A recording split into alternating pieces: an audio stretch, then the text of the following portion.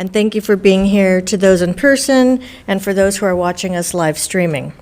I will ask our board secretary to take a roll and establish a quorum. Thank you. President Craighead. Here. Member Benitez. Here. Member Lopez. Present. Member Miller. Here. And I don't see Mr. Otto. Student Member Aguilar. Here. Thank you. We have a quorum. Thank you. Now I will invite our student representative, Miss America Martinez from Cabrillo, to lead us in the pledge. Please stand. Place your right hand over your heart. Ready? Begin. I pledge allegiance to the flag of the United States of America and to the republic for which it stands, one nation, under God, indivisible, with liberty and justice for all. Thank you.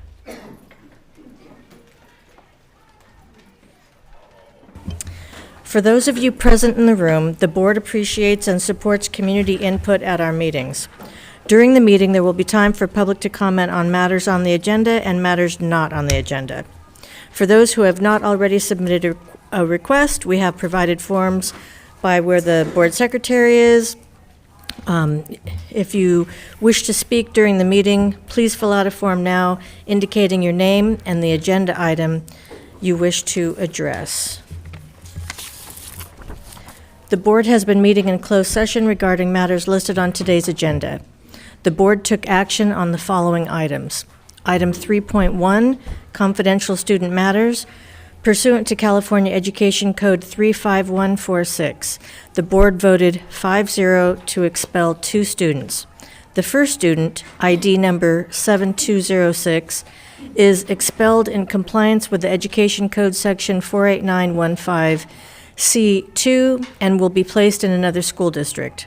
The second student, ID number 3587, is expelled in compliance with Education Code section 48915C2 and is recommended to be considered for a suspended expulsion with an opportunity to attend another school within the district. Both students will be eligible to apply for readmission after January 24th, 2025. In item 3.2, conference with legal counsel, existing litigation, the board voted 5-0 to approve a settlement agreement in the case listed on the agenda. Adoption of the agenda. Before we adopt the agenda, I would like to pull item number 13 from 14.6 on the consent calendar. That's part of the business report, or business department report, I should say. So we need a motion.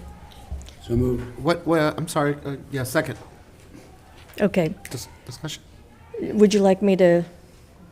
You just wanted to see what, just give me a chance to look for the item that we're pulling. Oh, okay. You said item 13, Yes, President? item Craighead? 13.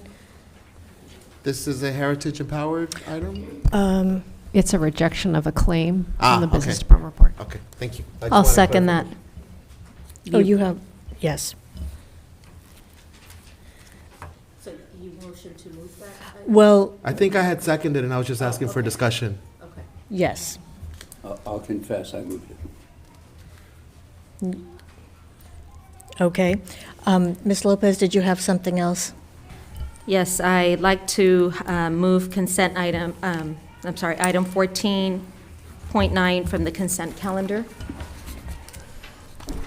Okay.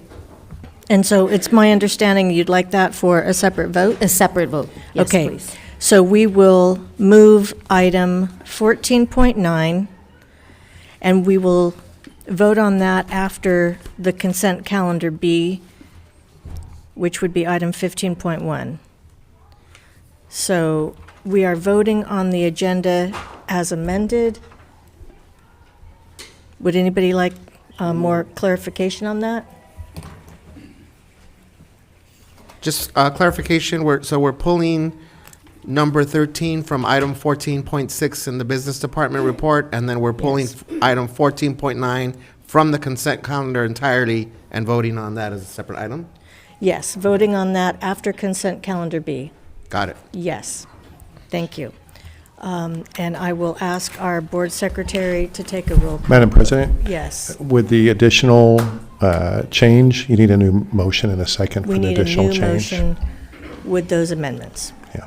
Okay. So I move to, do you want to do this first one, Doug? Or do you want me to do it? I move to approve the agenda as amended for item number 13, agenda item 14.6. Do we need two separate motions, or we could do it all in one motion? If the board wants to make a motion and second it and vote on the amendment, they can. You can. So we can include both amendments in one single Correct. motion? And pulling item 14.9 from the consent calendar and adding that after consent calendar B. Thank you. Second that motion. Okay, any further discussion? And now I'll have our board secretary take a roll call vote. President Craighead, Aye. Member Benitez, Aye.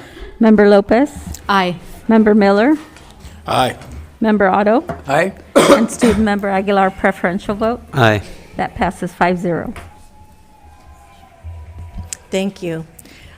And now we will introduce our student representative, America, once again. And the floor is yours. We're happy to have you. Thank you. Good evening, Superintendent Dr. Baker, board members, fellow JAGs, and LBUSD guests. Thank you for all having me here. My name's America Martinez. It is such an honor to be here representing Juan Rodriguez Cabrillo High School as the ASB president. I want to give a special shout out to people who have come to support me today, as well as family members and friends that may be watching this now or later. I would especially like to take the time to thank everyone who made it possible for me to be standing in front of you as a graduating class of 2024. I attended Washington Middle School and currently at Cabrillo High School. I'm in the Cal J Pathway, California Academy of Law and Justice. I am currently the ASB president, Link Crew member, president of the volleyball club, and co-captain of the girls' varsity volleyball team. Our school kicked off exciting activities on our campus this school year, including Senior Sunrise, Homecoming, Fair, Dance, school-wide pep rallies, picnics, blood drive, winter formal, connection weeks, holiday project, pathway competitions, Latino-Latina Hispanic Heritage Month, Filipino history, LGBTQ plus history, Dia de los Muertos, Las Posadas, Native American Heritage Month, Lunar New Year, and we are currently celebrating Black History Month. Our school celebrates diversity and fosters an inclusive environment where students from different backgrounds can learn and grow together. This diversity enriches the educational experience at Cabrillo High School and prepares students to thrive in an interconnected world. We'd like to cordially invite our community to attend LBUSD Black Family Listening event at Cabrillo this Friday at 6 p.m. and then attend our Black History Show at 7 p.m. this Friday. This year, our school theme is Cultivating Joy, and that is something our community strives to embody each and every day. At our school, we have 4 amazing pathways on our campus. AGL, Cabrillo's Academy of Global Logistics, is connected with a wide range of community partners, including the Port of Long Beach and Cal State Long Beach. This year, half of our AGL 11th graders took a LBCC Business Dual Enrollment course during the regular school day and received both high school and college credit. AGL students are connected to business professionals, expand their business knowledge, and analyze the acquisition of goods. AGL students network with working with professionals around the world that help them foster connections for internship, college, and career. Moving on, Cabrillo's Academy of Law and Justice strongly builds a sense of community. Subtle brag about Cal J. Cabrillo is the only school in the city to partner with the LA Superior Court to run a teen court program in our courtroom located on our campus. It serves as a functioning courtroom with actual judges and cases in which it allows our students to interrogate and be part of the jury. This year, students have and will be taking field trips to the LA Superior Court, Loyola Law School, Fox Studios, Long Beach Courthouse, and USC Law School. CED, Cabrillo Engineering and Design, embodies a definition of a family. CED students are provided with opportunities to network with professionals for a career aligned with STEM. We have an active robotics team, TARC, our rocketry team, drone soccer team, and Cyber Patriot cybersecurity team. CED will be hosting its 10th annual Women in STEM event on Friday, March 8th on our campus. SACMA, Specialist Academy of Computer, Media, Arts, and Animation, is designed for students who have a passion for animation, digital art, and computer media. This program allows students to have complete their A through G requirements while continually developing their skills within one of two strands, animation or digital art. Annually, students attend the Academy Museum of Motion Pictures in LA, as well as visit local talent such as the LA Museum and Getty Museum. One of the standout features of Cabrillo High School is its dedicated and experienced faculty. The teachers at Cabrillo are passionate about their subjects and are committed to helping students succeed both academically and personally. They create a supportive and nurturing learning environment that encourages our students to reach their full potential. A special shout out to our new principal, Ms. Nguyen, and our assistant principal, Ms. Itson, which they have elevated and uplifted our Jaguar spirit, as well as cultivate joy in everything they do around our campus, as well as many other staff and faculty members which have contributed to our success this year. Cabrillo High School also values extracurricular activities and believes in the holistic development of its students. The school offers a variety of clubs, sports teams, and performing arts program, allowing students to explore their passions and develop valuable skills outside of the classroom. From athletics to theater, there is something for everyone at Cabrillo High School. Shout out to our boys basketball team and coach Chris Spencer, who made history. They had the most wins in one season and made it to the second round of CIF playoffs for the very first time in Jaguar history. Our entire West Side community came out to support our Jags. Our boys water polo team, along with Coach Lawrence Durand, set a record with most wins in the season, had the longest win streak in program history, and made it to the CIF semifinals this fall. Our talented boys soccer team and Coach Pat Noyes made it to the CIF playoffs and also moved up to Division I this year. Coming fresh off of Moore League Championship and CIF Championship, our badminton team, along with Coach Rushin Galima, is rejuvenated and ready to bring home another Moore League title this year. In addition to its academic and extracurricular offerings, Cabrillo High School places a strong emphasis on community involvement and service. The school encourages students to give back to their community through volunteer work and service projects. This commitment to community engagement instills in students a sense of responsibility and empathy, preparing them to be active and compassionate members of society. Furthermore, Cabrillo High School has a strong college and career guidance program. The school has dedicated counselors who work closely with students to help them explore their post-secondary options and navigate the college application process. Whether students plan to pursue higher education or enter the workforce directly, our wonderful College and Career Center program provides the necessary support and guidance to ensure our success. In conclusion, Juan Rodriguez Cabrillo High School in Long Beach is a distinguished educational institution that combines academic excellence with a commitment to holistic development. With its dedicated faculty, diverse student body, and extensive resources, Cabrillo High School prepares students for success in college, career, and beyond. It is a place where students can thrive academically, explore their passions, and make a positive impact on their community. And remember, it's all about success in the West. Go Jags. Thank you.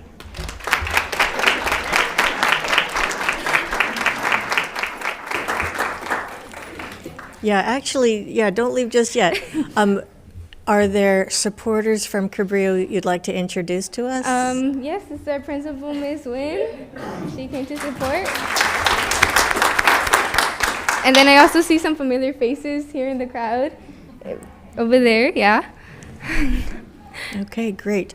And did you mention that you were a senior? Yes, I am this year. Okay, so we generally like to ask our seniors what their plans are for next year. As college admissions are coming out, I plan to attend UC Davis and pursue my my dream in radiology technician. Yes. Fabulous. Well, we wish you all the best. Thank you very much.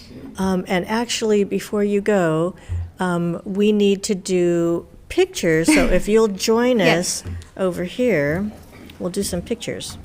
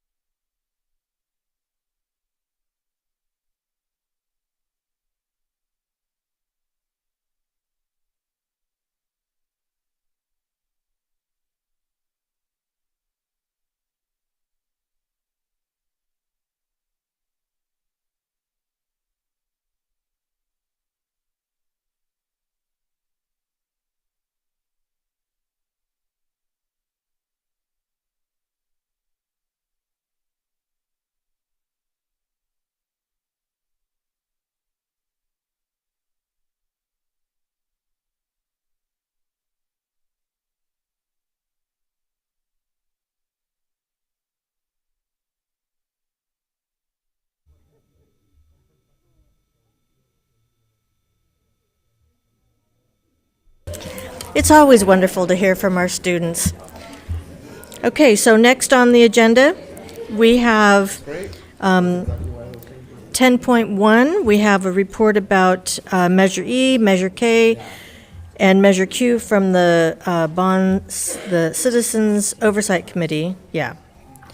And I believe we have Michael Bishop here to speak about that and give us that report.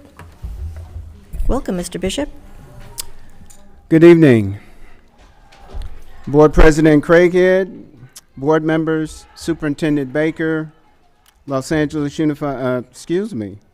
Unified staff, and community members. My wife worked for LA Unified. My name is Michael Bishop, and I'm pleased to present the Citizens Oversight Committee annual report for the prior fiscal year. I've been a member of this committee for over 4 years, yet this is the first time I've had the opportunity to be the chair of the committee. Thus, I'm presenting the report. Our group meets quarterly and reviews expenditures, financial statements, staff reports, including periodic site visits for capital improvement projects financed through the district's various bond measures. The bond program continues to be recognized for its outstanding accountability, and this year the independent auditors awarded the district's program, their highest performance rating, that would be their opinion, for the 11th consecutive year. In the 2022-23 fiscal year, LBUSD completely renovated 3 school sites, launched campus-wide repairs at 4 others. Jordan High School's multi-year transformation reached a critical milestone with the completion of a new classroom building that features 14 classrooms equipped with modern technology, a simulation lab for schools aspiring medical professionals, and instructional spaces for special education students. The project also includes an outdoor corridor with seating, covered canopies, and a new lunch shelter.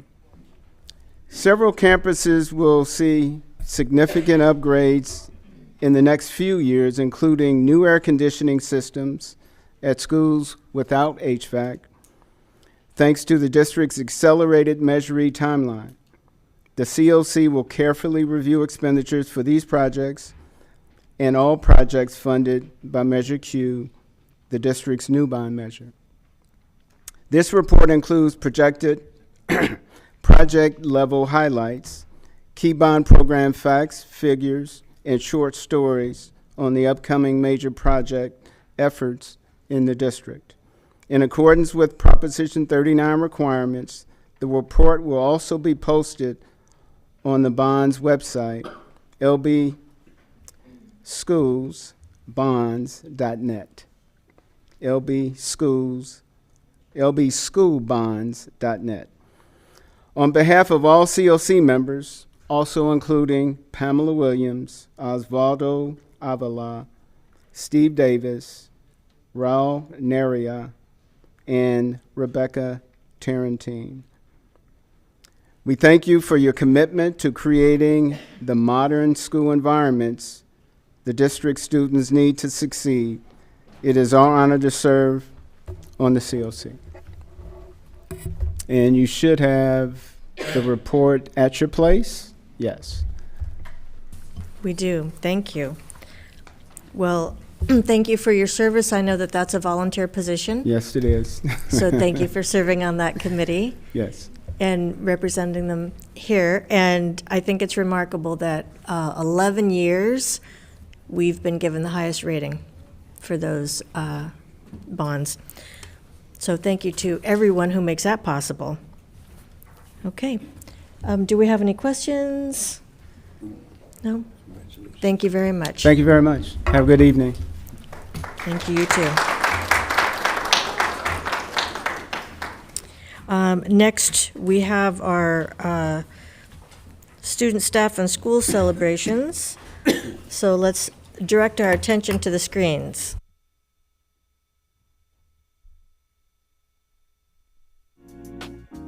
So GUSA stands for Gender Sexuality Alliance. At Cabrillo, it's just basically a safe place more specifically for people from the LGBT community. It gives me something to kind of look forward to when I come to school in a way, like, oh, it's Wednesday, I get to come to GSA, I get to see friends. It's a nice place to take a load off of like everything else that's happening outside of the classroom. I like to make connections with people, meet new people, you know, and I guess showing my pride. When there's not representation and you don't see people who are like you tend to feel out of place. It gives me a sense of safety.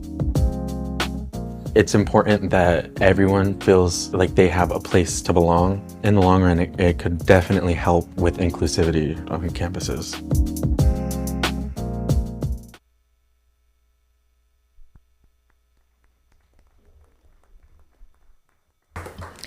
And I'd just like to mention that our videos highlight our mission and vision for the district, and they are also available online if you ever want to go back and check for those videos.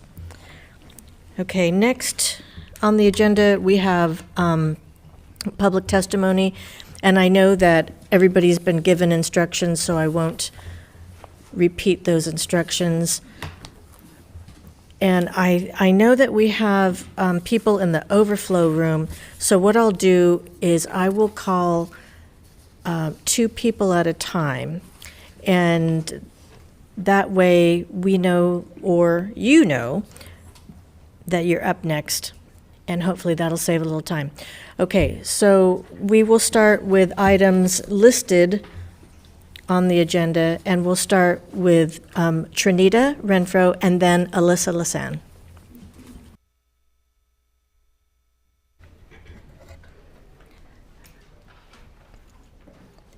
Good evening. Good evening, Board President, board members, and community. I am Trinita Renfro. I am the CSCA Chief Job Steward. I would like to address item number 14.3 on the agenda: reductions, layoffs, and abolishments of positions. I ask that you do not approve this on the agenda because classified employees should have preference over contractors within our district. Please take in consideration we are supposed to be the district of excellence and equity.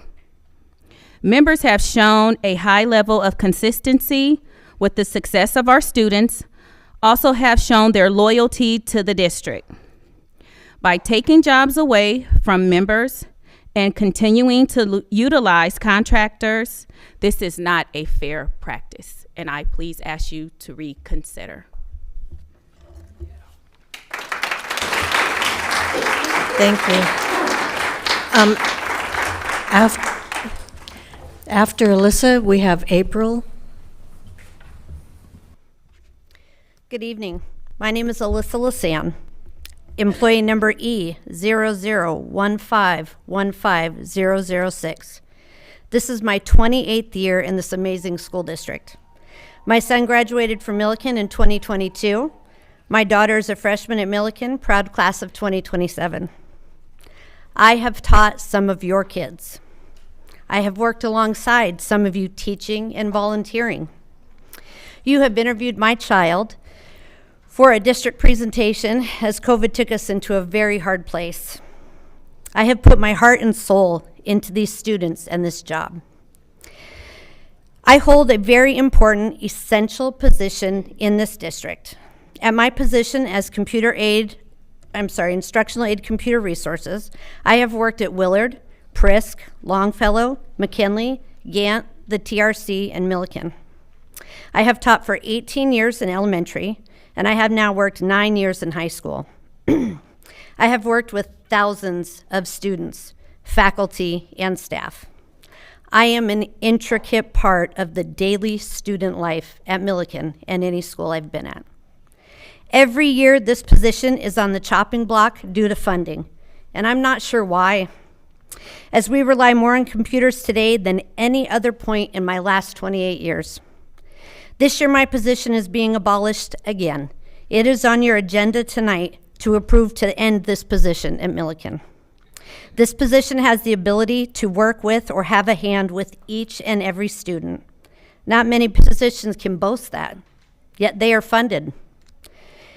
As computer resources, I cover a wide range of everything. Currently at Millikan, I service over 3,400 students, over 4,000 Chromebooks, SBAC and CAS testing, SAT testing, AP testing, as everything is going digital.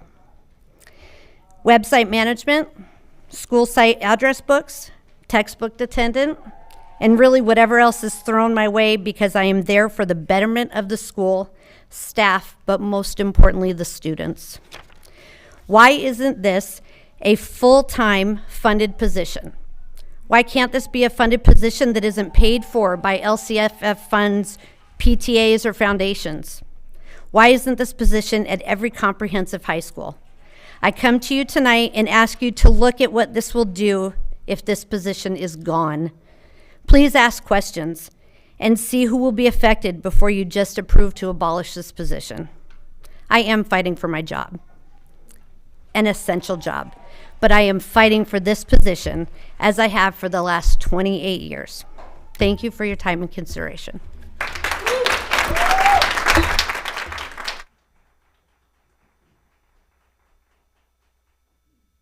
And after April, we have Jessica Mesa. Good evening, board members. My name is April Acuna, and I am speaking to you on item 14.3 as one of our district's behavior intervention supervisors and a board-certified behavior analyst. A few weeks ago, several team members and myself were called into a meeting and explained that our positions would be eliminated in the coming school year. While this came as a surprise, I was more surprised by the lack of understanding of what our role actually entails. As supervisors, we directly oversee behavior programming with a behavior analytic approach and utilize evidence-based practices to develop strategies for behavior change over time. We do this with one goal in mind, to help our students achieve equitable access to their education. We spend countless hours in classrooms modeling behavior strategies to fidelity and teach the correct methods for application. We produce hands-on materials for teachers so that their curriculum can be modified to an appropriate level to meet the needs of an IEP. We are first responders when students leave the school unattended. We conference with general ed and special ed teachers over the classroom management strategies that can be best for the group. We act as liaisons between contracted agencies and the district personnel in order to advocate on behalf of our students for a least restrictive environment. We conduct campus trainings on the fundamentals of applied behavioral analysis and provide workshops for developing effective behavior plans. We directly and indirectly supervise behavior intervention services on students' IEPs. The list of duties goes on. Because like many roles, ours is multifaceted and very valuable to the success of our students. But all of this does not matter, because the proposal to eliminate our positions was simply about the numbers, so we were told. So let's highlight some of those numbers. Between the dismissed individuals, we serve 22 schools and directly or indirectly provide services of upwards to 192 students. In the last year, I've completed 22 assessments and attended up to 3 IEPs per student. These numbers don't even account for the numbers of data analysis and real-time data taken. When we asked what the plan was to fill this need, we were told there was no plan. We were told that the school psychs or counselors could do our jobs. We boast equity and inclusion in Long Beach, yet move forward without a solid plan to meet the needs of at least 192 students that we know of. All of what needs to be accomplished with our students cannot be achieved without an effective team of support that is fulfilled by our behavior intervention supervisors. We are tasked with addressing behavior concerns through a lens that adheres to an ethical code of conduct, and above all, to do no harm. Yet, as a district, we are comfortable putting students at risk of experiencing long-term effects from unskilled or untrained individuals who apply inappropriate behavior interventions. Eliminating our positions is eliminating the potential for many students to access equitable education, and I do believe we should be doing better. Thank you. Thank you. After Jessica, we have Rachel.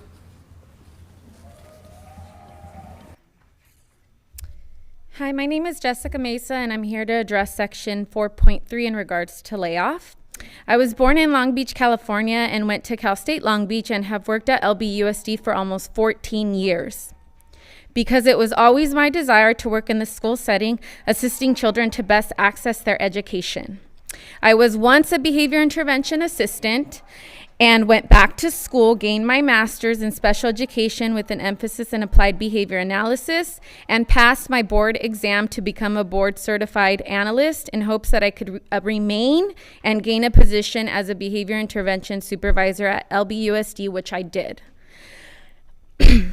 I have felt a great deal of loyalty to my students and LBUSD working here, and I can't believe that this is potentially going to be taken away from us due to a budget cut. Not because there's a lack of need for behavior intervention supervisors, as behavior continues to be a primary concern not only in special education, but with all students at LBUSD. We were told as a group that the remainder behavior intervention supervisors would be spread to pick up our job duties. We were also told that other staff like psychologists, social workers, or counselors could be doing our work. But it is also known that psychologists may be laid off, and at my particular site, our psychologist has not been present since September for our specific school site students. We don't have a counselor and we don't have a social worker. Besides, expecting one person to do two jobs is not right. One job should be enough. Non-district contracted agency staff will continue to do the same work we do next school year, as services legally will remain in IEPs. Having agency behavior supervisors sometimes poses ethical matters in which services must be offered to continue to have a job or contract at LBUSD. It is known that at the same time that colleagues and myself who are board certified behavior analysts were being told that we likely would not have a school assignment next school year because of budget cuts, other board certified behavior analysts were being interviewed for hire through agency for this school year. This has literally disheartened me, as I have felt such pride in providing proper support to those students in need based on my expertise. These layoffs may cut expenses now, but in the long run may cost more, as the investment, quality, commitment, and loyalty of work for students may no longer be there in the future. Thank you. Thank you. After Rachel, we have Katie Bowser. Good afternoon, everyone. Thank you for allowing me to be here. My name is Rachel, and I'm a special ed teacher, and I've been with the district for 20 years.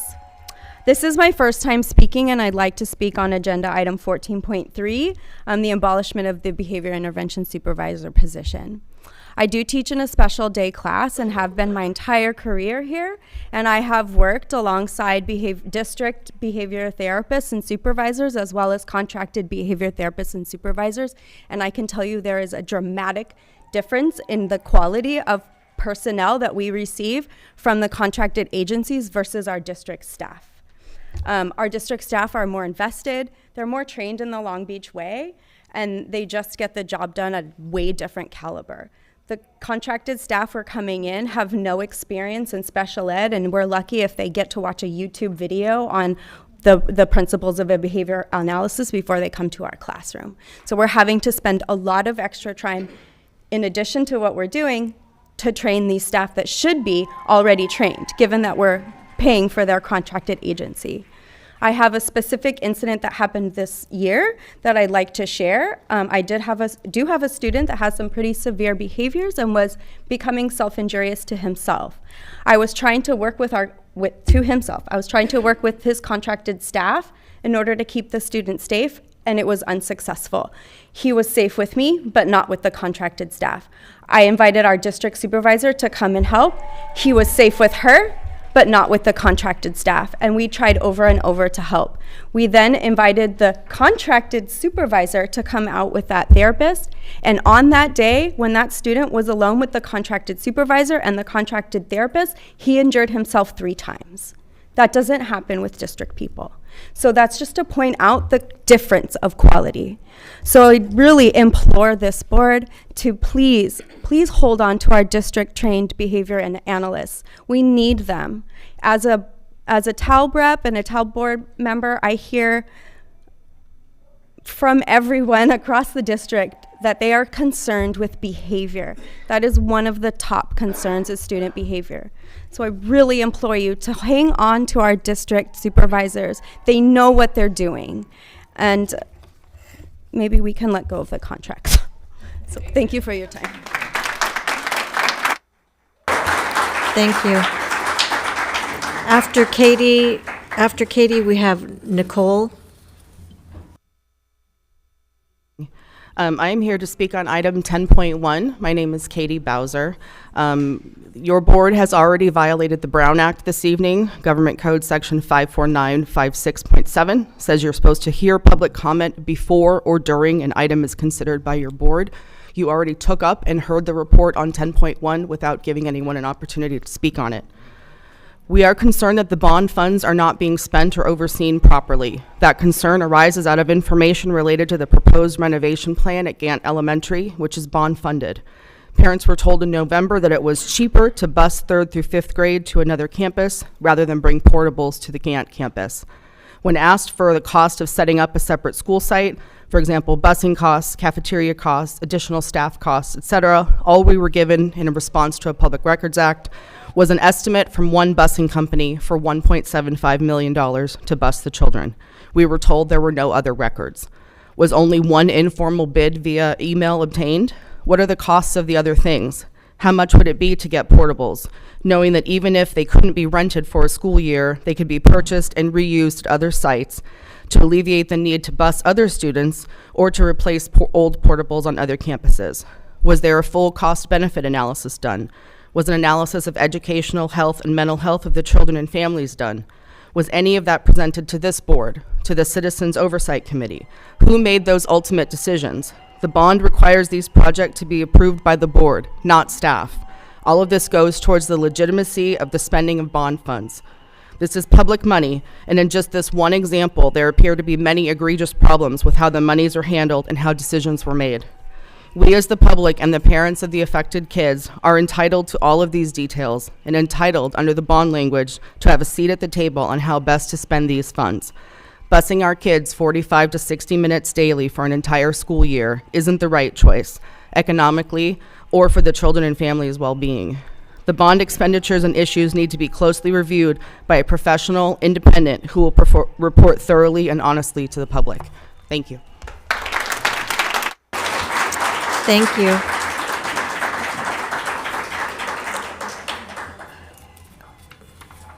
Good Nicole? evening. I'm more here for moral support of the Gant community as well. We were here 2 weeks ago, so I actually don't have anything prepared because our plan is just to keep coming. We understand that everything is being looked at, but we don't hear anything back. And I think it's very frustrating. I have to thank Katie Bowser for doing just so much research and with our support of pushing her that this is important to our kids and our family and our everyday lives next year, because it doesn't just impact, their school year next year. There might be a lot of changes and people going to different schools, and we chose, many of us chose this neighborhood to choose this school. And we want answers, and we want the bungalows to be looked at. Like she said, 1.75 million, we got those records. If we were actually given a quote at the November 2nd meeting, which was the first time, not the first time we heard that something was going to happen in the 2024 school year, but it was the first time that we heard that it was a relocation, an interim housing of our children, that the bungalows would be up to 100 grand, 6 figures per bungalow. But that's all the information that David had given us. We've done the math, and that still comes back as less expensive than the busing system and having 2 administrations on 2 different campuses. So we want the proper review. We've been ignored. Even last or 2 weeks ago, my daughter spoke. I was very proud of her as an 8-year-old, along with her friend. And they're feeling this because they're hearing us talk about it, and it's adult issues that they shouldn't be brought into, but they are, and they're learning from this. They are very smart children, and that's due to this Gant community. My husband spoke, and he even asked, because he talked to David in the spillover room, he asked for some sort of comment from him that they were looking into, or just, anything. I mean, we've gotten nothing.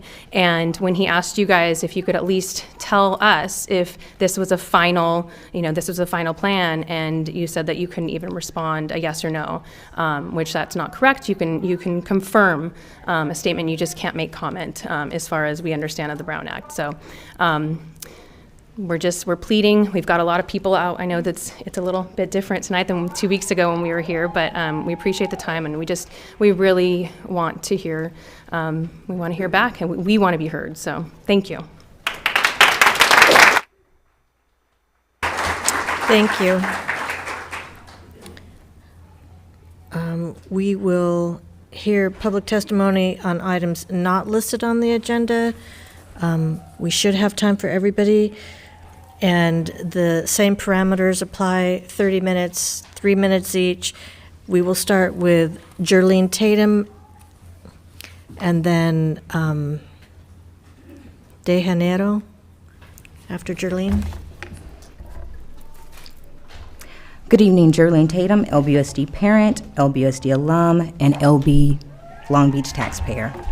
When I last addressed the board in September 2023, in my message to those running for re-election, I said, please walk the path of excellence and integrity. Please hold yourself to a standard of excellence that you would expect our children to do if they were in the classroom. Clearly that fell on deaf ears. February 8th, 2024, LB Post by Jason Ruiz. School board members had taxpayer-funded staff fill out political campaign questionnaires. 2 LBUSD board members recently had the district superintendent help them complete questionnaires for their re-election campaigns, something experts say violates California's prohibition on elected officials using public assets for political purposes. Last month, school board members Eric Miller and Doug Otto, who are both running for re-election in the March 5th primary, submitted answers to 5 questions the Long Beach Post asked them for an election guide. However, after noticing similarities in their responses, the Post asked Miller and Otto to rewrite their answers and also filed a public records request for their communications with LBUSD's publicly funded staff. The records show Otto and Miller both asked for help answering the Post questions, which Superintendent Jill Baker then provided. The answers Miller and Otto originally submitted to the Post bore many similarities to the language Baker had sent them. When they submitted their answers to the Post, neither Miller or Otto discussed that the portions of them had been written by someone else. Quote, I took a shortcut by using some of that stuff that Jill sent to me, end quote. Otto later said in an interview, but he denied that he was trying to take advantage of public resources to boost his campaign, saying he was merely asking for factual information from the district. Otto, who is running unopposed. Miller, who is running, did not respond to multiple requests for comment. The 2 school board members likely broke the law when they asked for campaign help from taxpayer-funded school district staff, according to Bob Stern, a retired attorney who previously served as general counsel for the Fair Political Practices Commission, the state's political reform watchdog. I think it's pretty black and white, said Stern. Nobody's going to go to jail over this, but they shouldn't be writing campaign statements for candidates, and this is a campaign statement. California law says it's illegal for an elected state or local official to use or permit others to use public resources for a campaign activity or personal or purposes that are not authorized by law.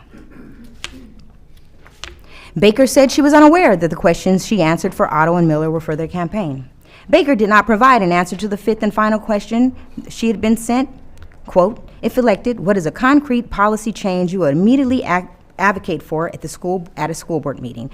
Baker said she avoided answering it because she did not want to, quote, involve myself in their campaigns, end quote. After me emailing her answers to both board members, Baker followed up with a message to Miller. Thank you. And then next in the queue would be Jerry Morrison after. The next speaker is, sorry. Sorry if I wasn't clear about that.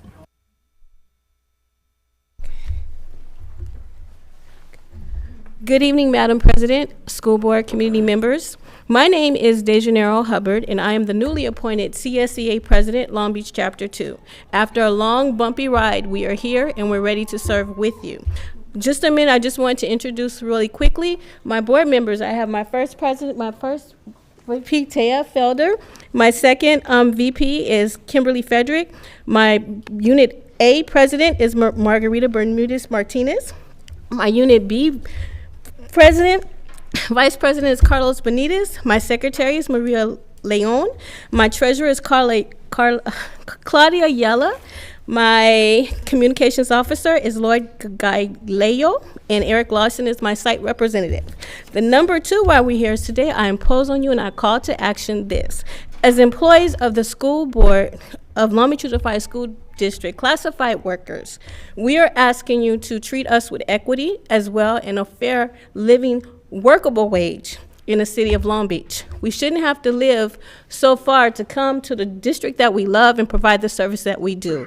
As classified workers, the students, the first people they see when they walk on campus would be your IOA, would be your custodian, would be the food nutrition service worker. At the end of the day, when they're left, our teachers are very essential as well, but when they leave, they say bye to a custodian or a rec aide or someone like that. So moving forward, we ask you to treat us like your treasures. Right now, we feel like we're trash. We're not respected on any level. So we implore you as a school board to take action and look at your classified workers. During COVID, we came to work. We had to come to work, and we did it faithfully and happily. Other districts were provided some type of incentive. Long Beach said no. When it came to encouraging your classified workers, you have a very educated classified worker staff. You have a lot of people that have master's degrees and they stay in jobs for 30 years because they believe in Long Beach and what we represent. So as we move forward and we forge a new dynamic, don't treat us like trash. Treat us like the talented treasures you have, or another district may steal us. Thank you. Thank you. After Jerry, we have Rocio. After Jerry. Good evening, Madam President. Jerry Morrison, President of the Teachers Association of Long Beach. Just want to talk about a couple of things. First one, community schools and the fact that, sadly, no real surprise, but still a disappointment, we've missed the deadline to be part of the 3rd cohort and apply for state funds for funding for the community schools. I just want to make something clear because I think teachers certainly are, some and members of the community are confused when they hear that, oh well, Long Beach has community schools. I was watching the board workshop yesterday and people were talking about community schools at Hamilton and Lindbergh and places. Not trying to take anything away from that. Sounds like wonderful things are happening there. But what we've been advocating for the last 6 months is to become part of the state community schools program. And one of the reasons we want to do that is because it comes with extra funding. The extra funding can be used for some of the things that is happening at Lindbergh and Hamilton, but for other stuff as well. And we've missed that once again. This is the 3rd time around we've missed that. And those funds could be used in some of our neediest schools. It's the neediest schools that would qualify for this program. We've talked about this. The district dragged its feet. Individual members of the board and the staff have all said, oh yes, that sounds good, let's meet. We've talked about it. And lo and behold, we get to February and the word is, oh, there's too much to do before the application deadline. We're going to have to put it off and hope we can be part of cohort 4, if it happens in the fall. If it happens, it's not guaranteed that it will. So that's the first thing. I want people to know that this is something that we've been pushing for months now. The deadline didn't come up out of nowhere. We knew when it was coming, and the district has chosen not to take part in it. Finally, just briefly, we have been having contract negotiations that have broken down or paused, stalled, almost at the finish line once again. We're very close to a deal. We've agreed on lots of things, important things, and once again, we're stuck on pay.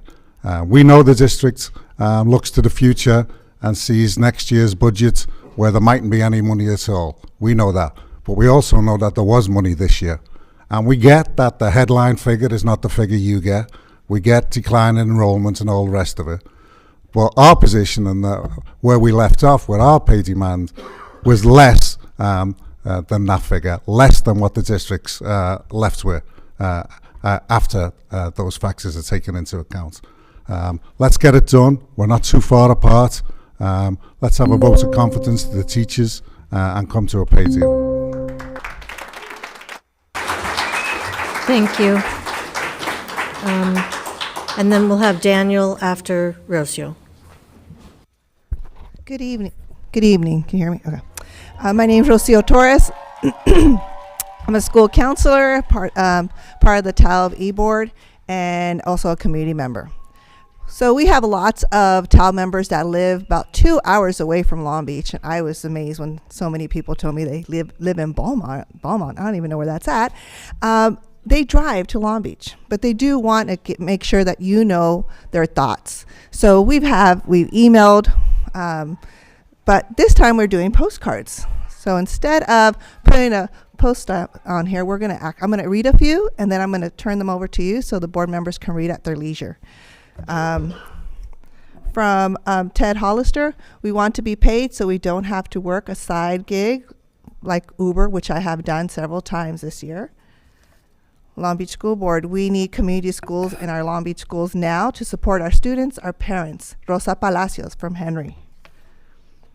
In order for early interventions and conscious discipline to be implemented properly, class sizes will need to be smaller. 3 to 4-year-olds in a smaller class could be supported by adding additional staff. The safety of our children is in jeopardy. SD class M classes need to be truly MM moderate. Having 11 plus with 1-to-1 aides is not mild to moderate. Our credentials do not cover teaching mod severe students. This is a SDC teacher. Preschool special ed teachers have 18 students on our caseload without adequate support. We need to put our students first.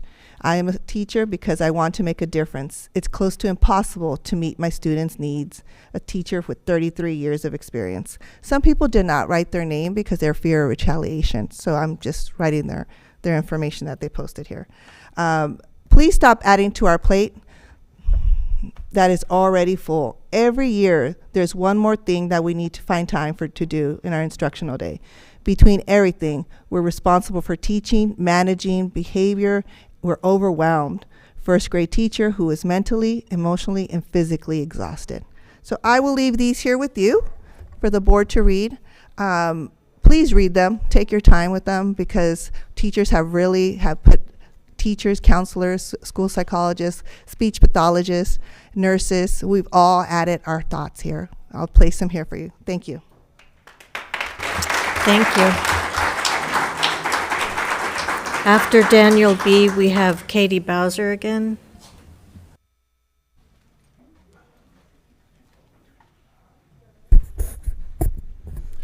Hello, everyone. I don't want to say I'm glad to be here because I didn't think I'd come to a second meeting, but here I am. I'm here with the Gant parents to talk about the move.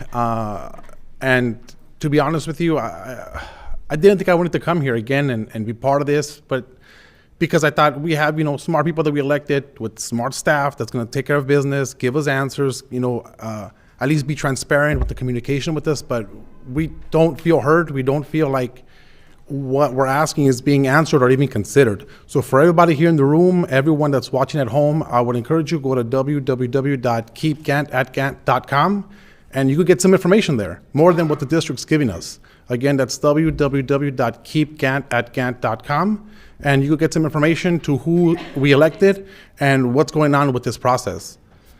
To add to this, this move is not only going to affect the kids, it's going to affect the parents, it's going to affect the community and the neighborhoods. Me, myself, I'm a Jordan High School alumni. I was the first class that went into Jordan when they had the second campus open. And honestly, we went there, we were unprepared. We didn't know what to expect. My parents didn't have the means or the time or the language to go and advocate for me at that time. So because I'm here for my kids' friends, and for our community to advocate for this change or for what's going to happen. I understand the benefits of what we're going to do and how the kids will benefit from it, but I don't understand the lack of communication, the lack of transparency, the lack of everything, because I don't know anything. I can only assume that whoever's doing this doesn't know what they're doing, because I don't know. So I encourage you to be transparent with us. I encourage the 4th District council member to come out to our school and sit down and talk to us, along with Mr. Miranda, and just take our questions and follow through with your commitment to give us answers. Don't just string us along and say a few more weeks, because that is unacceptable. So I'll leave you with that. Go to keepgant@gant.com. Thank you guys for your time. Thank you. Hello, Katie Bowser again. We are here to discuss the planned busing of half the Gant students next year. After coming 2 weeks ago, we finally got a response from your facilities staff, but it says nothing substantive, and what it does say is troubling. For example, facilities tells us they're working on a, quote, interim housing plan, end quote, which is how they described the busing plan to us in November. They also indicate they'll have their, quote unquote, final plan to us in the coming weeks. Aside from continuing to string everyone along and not providing an actual date, they're not giving us any opportunity to engage with the district in trying to find a workable solution. And at this point, we have no trust in the decisions being made, and certainly are not happy with the idea that a decision will be brought down upon us at an unnamed date and will be final when we don't even know what it will entail. What is the draft final plan? Will your staff work with the community? Where's the evidence that this is cost effective, and let alone the evidence that it's the best interest of the children's educational, health, and mental health needs, as well as for their siblings and families? Nothing provided to date in response to my 2 detailed records requests provides any of that. Today, I just got the alleged final response to my most recent request, part of which was requesting all the policies referred to by Madam Chair at the last meeting. Policies that staff is supposed to abide by on these issues, because the chair said the staff follows policy set by the board and therefore the board would not deal with our concerns. The response provides nothing in that regard, not one policy, confirming my suspicions that there are no such policies. This issue is within the board's purview, and the board should direct staff to work with the affected community and come up with a plan that works for all. So I ask you again, what's the status of the draft plan? Will you take up this issue at the next board meeting as another parent has formally requested? Will you direct staff to work with us to find an acceptable solution? We want to keep our kids on campus at their homeschool site and keep them all together. There's nothing that's been provided that would support another decision. Do what's right and keep Gant at Gant. And now I look to you to provide a brief comment or direct your staff to report back, as you're entitled and allowed to do under the Brown Act.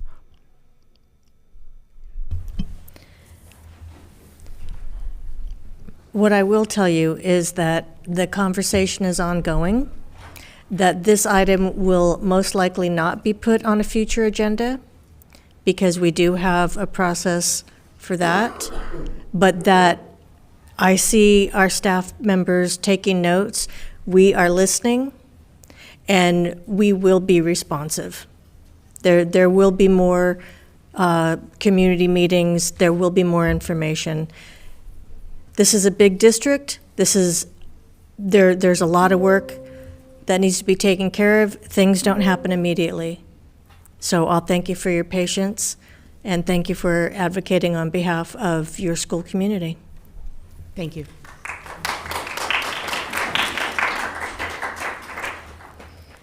Madam Chair, just a procedural question, if we're going to move on to the next item. Yes.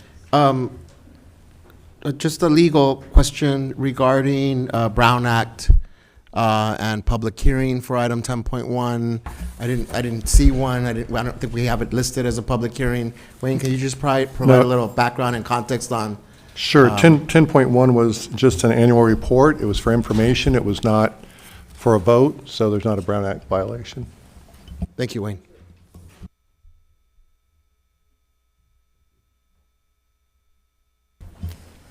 Okay, now we are at item 13, reports on superintendent advisory groups. We will start with the business budget and policy development. Dr. Benitez. Thank you, President Craighead. Just 2 items to report out on for our colleagues and community members. So we will have Board Policy 3311 in our upcoming first March meeting on the consent calendar. This is just codifying the practice around bids. We have some new language that will be inserted based on practices that we're currently following. The second item that will be before us as an information item only. We had a presentation at yesterday's board workshop around an equitable grading policy. So that was the first of our conversations. It'll be presented to us as an information item so that we can have additional conversation, questions, and the team can provide some draft language on the policy that they're asking for us to consider. So that's my report from our advisory group. Thank you. Let's see, next, the instruction and student learning supports. Ms. Lopez. Yeah, just brief, we discussed what LBUSD is doing to support English learners.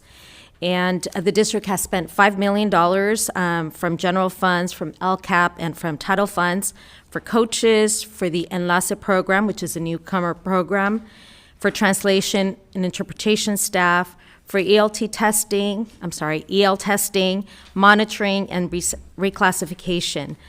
There are also new course sequence for middle school and high school, and a new master plan for multilingual learners that is currently being developed.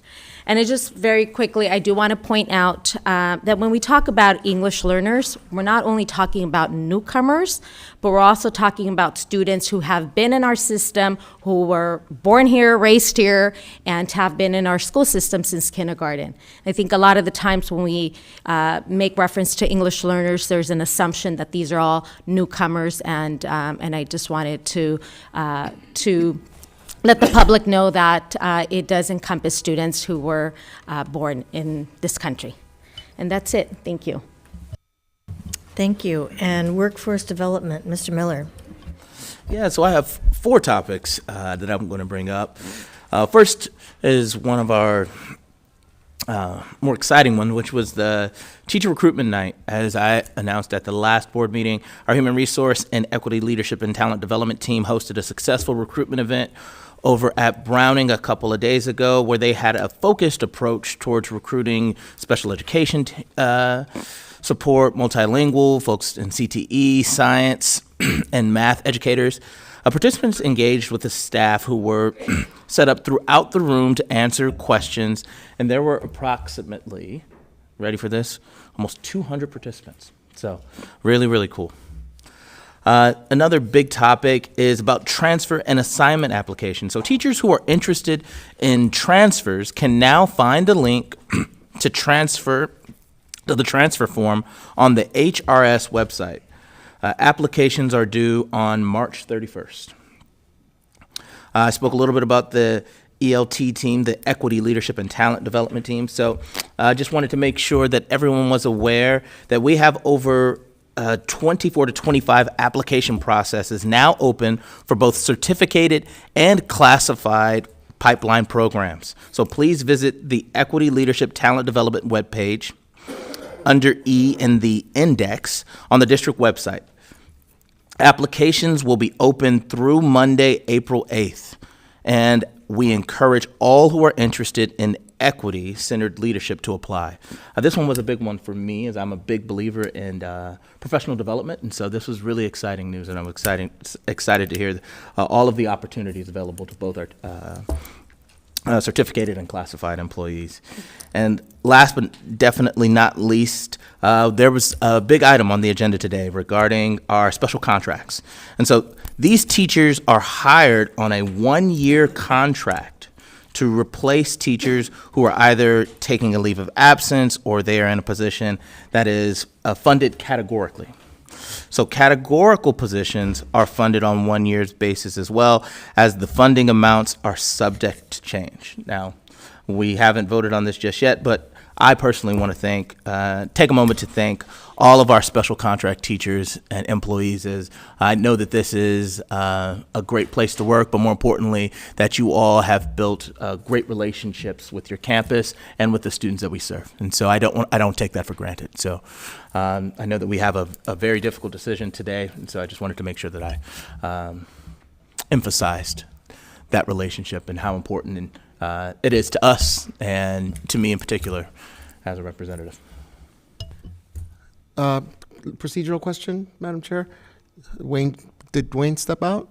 He did. So my question is whether we can engage in conversation with Mr. Miller on the items that he reported out on, or whether we should wait for the conversation to take place on the consent calendar item. I would feel more comfortable if we waited for the consent calendar item. you. That's right. When we take that vote. That would be considered part of the discussion on that. So thank you. And then, let's see, student outcome focused governance, Mr. Otto. Yeah, we have. Excuse me. So the governance committee has been meeting. As you know, we adopted goals and guardrails a short time ago, and recently we adopted a monitoring calendar, which is available. Is it on our website? I think it's on our website now, so people can go to our website and familiarize themselves with what that will look like for the next year, I think, isn't it? Or at least till the end of this year. And we're excited about this. People, when we said at the beginning that what we were going to do is adopt a student outcome-focused governance, those were hollow words until we had goals and guardrails and now a monitoring calendar. So we're set to go forward.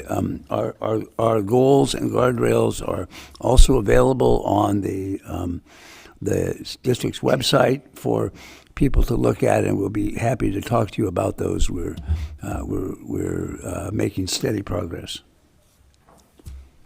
Thank you. So, Mr. Otto, when you go onto our website, if you type in board goals as a search phrase, the first link that comes up is the monitoring calendar link. The second link that comes up is the direct link to our board goals and guardrails. I've been checking them out in the last 2 weeks, Mr. Otto.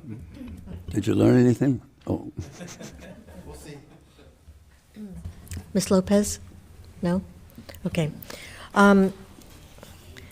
Next, we will go to our consent calendar, and just a reminder, item number 13 has been pulled from 14.6, the Business Department report, and also we have moved item number 14.9 out of this consent calendar that we're voting on right now, just as a reminder.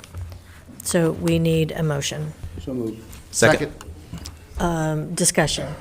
I do have a question on item 14.7, number 28, and it's a contract to provide recruitment services for the district.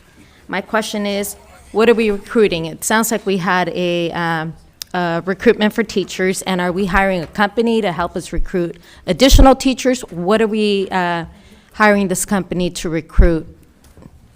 We will be engaging in a recruitment for a general counsel, and so this is an augmentation to the Personnel Commission recruiting efforts, so this firm will help us in recruiting for that position.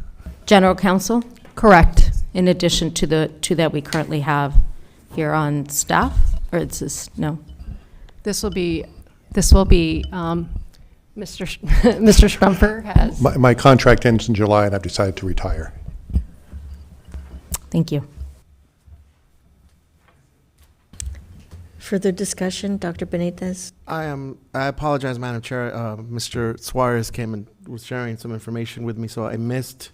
You don't have to cover everything, but what was at the core of the question or comment, Ms. Lopez?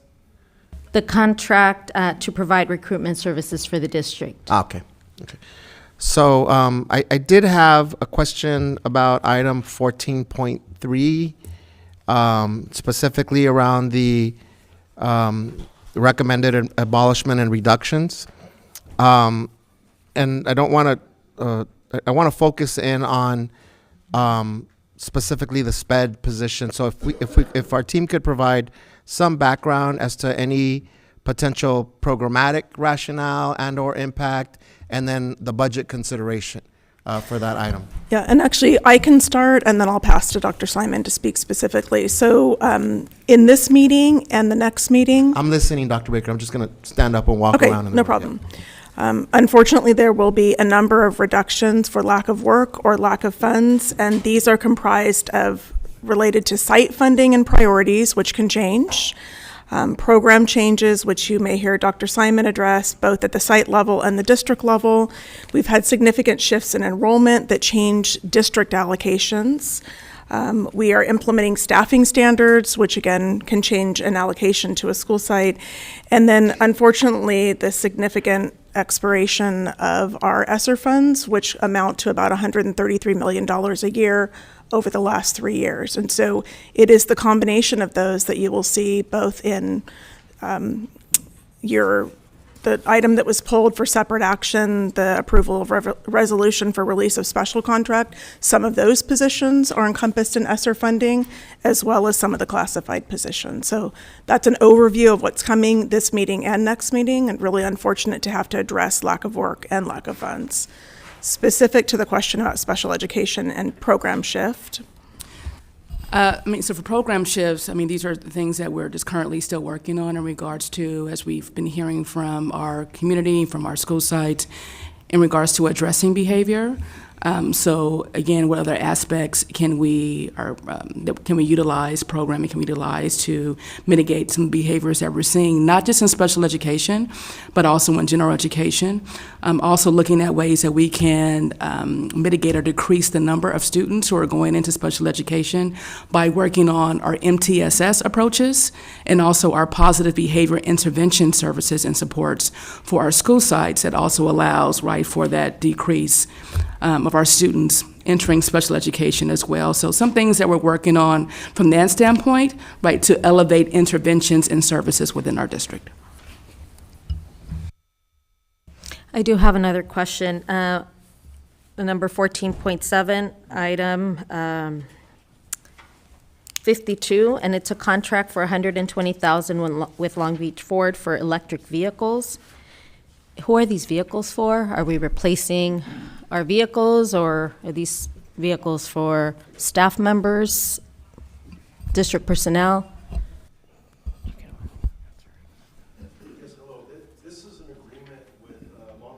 We bid for future electric vehicles. Currently, we have one in our annual transportation budget to purchase, and it'll be used by our maintenance teams. So this is part of our ongoing long-term electrification program as part of our sustainability work that we're doing. So just for clarification, for maintenance teams? For maintenance. Thank you. Yes.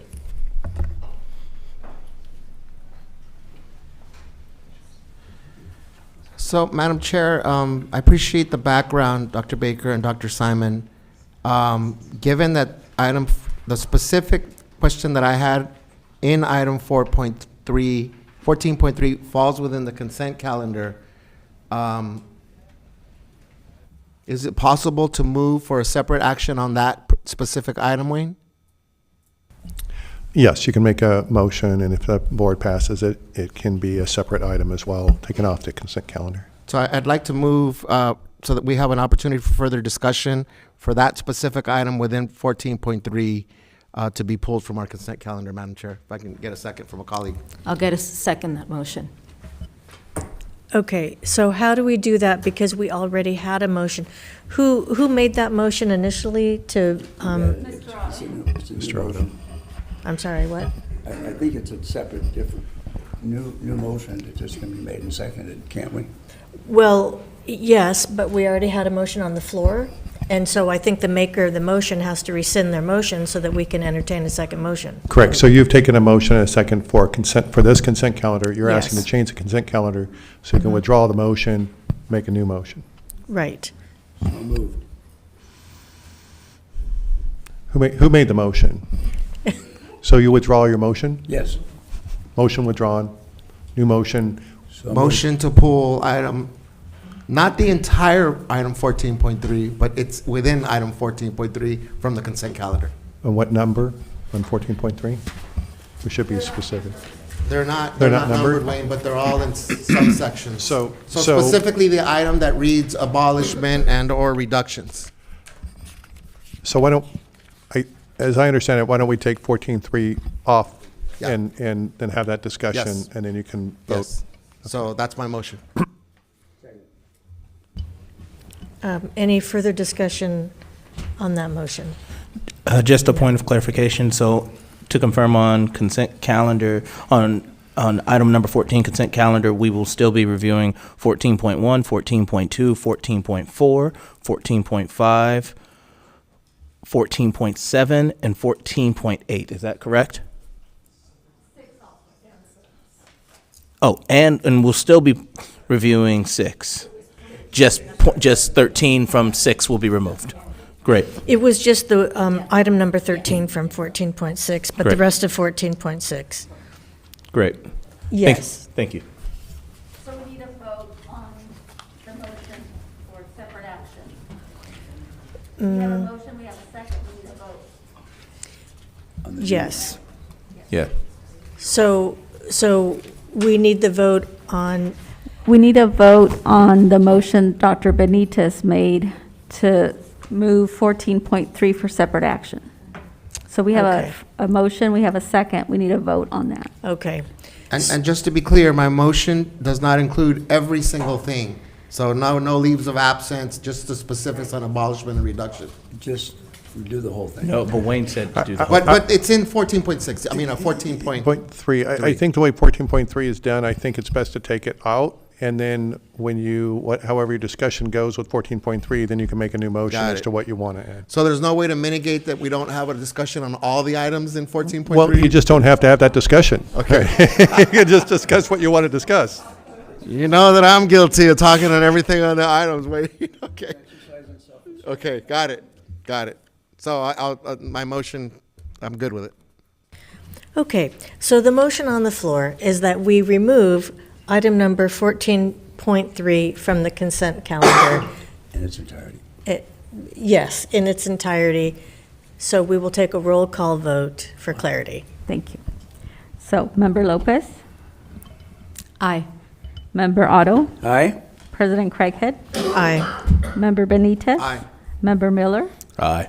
And Student Member Aguilar, preferential vote. Aye. So that passes 5-0. Thank you. And now, I will entertain a motion for a vote on the consent calendar minus item 13 from 14.6 and 14.3, and also 14.9. So moved. Second. Any discussion? I will ask our board secretary to take a roll call vote. Thank you. Member Lopez? Aye. Member Otto? Aye? President Craighead? Aye. Member Benitez? Aye. Member Miller? Aye. And Student Member Aguilar, preferential vote. Aye. That passes 5-0. Thank you. Now we will go to consent calendar B, approval of finance report B. Yes, Madam Chair. Out of abundance of caution, I will recuse myself from consent calendar B, item 15, as I have a potential conflict of interest pursuant to California law. Thank you. And we need wait, do we have that motion? I'm sorry. Yeah, we need a motion. So moved. Second. Any further discussion? This includes item, the 14.9 that we moved? No, this okay. one is just 15.1. Got it, thank you. So we will just be voting on 15.1. I'll ask our board secretary to take a roll call vote. Member Lopez? Aye. Member Otto? Aye? President Craighead? Aye. Member Benitez? Aye. And Student Member Aguilar, preferential vote. Aye. That passes 4-0. Thank you. Next, we have item 14.9. I'll entertain a motion. So moved. Second. Discussion. I do have a question. It looks like we are moving to give notice to employees about their positions possibly being eliminated. And I think I just need some clarity. We're having recruitment fairs to recruit teachers, but at the same time, we are looking to lay off teachers and staff. That's confusing to me, and I definitely need some kind of clarity there. Sure, Member Lopez. In terms of this, these are special contract teachers here that are one-year contracts replacing teachers on a leave of absence, right? Or in categorically funded positions. And so when we hosted that recruitment fair, it was very different from prior years where we hosted hundreds of potential recruits. We targeted our efforts to our high-need credential areas. So special education, dual immersion, our CTE, that is what we were recruiting for. Those are positions we are always seeking. And we can't keep some of these individuals for the positions that we're essentially looking to fill? No, great question. We're definitely looking to fill them as long as they have those credentials. Many of these individuals do not possess that credential at this time. Thank you. Any further discussion for 14.9? I have a question. How many positions are we talking about? How many positions are we talking about? In terms of the special contract positions here, we're looking at a total of 520. 240 are our early ed, Head Start, CDC positions that are on yearly contracts. 156 of them are on leave replacements, and 124 are categorically funded. Thank you. Any further discussion? I'll ask our board. Oh, yes. One of the things that was discussed during public comment was our usage of contract employees to replace positions that technically we have the employees to do. Can you speak a little bit to that for clarification? I can speak to that, Board Member Miller, because I think that was in reference to our BISs. So just in short, any contracted BIS will be eliminated as well. Behavior intervention specialist, excuse me. Special ed, we have many acronyms. So our behavior intervention specialists, better known as BISs, anyone who is contracted will also be removed as well. So those folks are removed, will be removed prior to any of our abolished positions. Okay. Any further discussion for 14.9? I'll ask our board secretary to take a roll call vote. Member Lopez. I'm going to abstain. Okay. Member Otto. President Craighead. Aye. Member Benitez. Aye. Member Miller.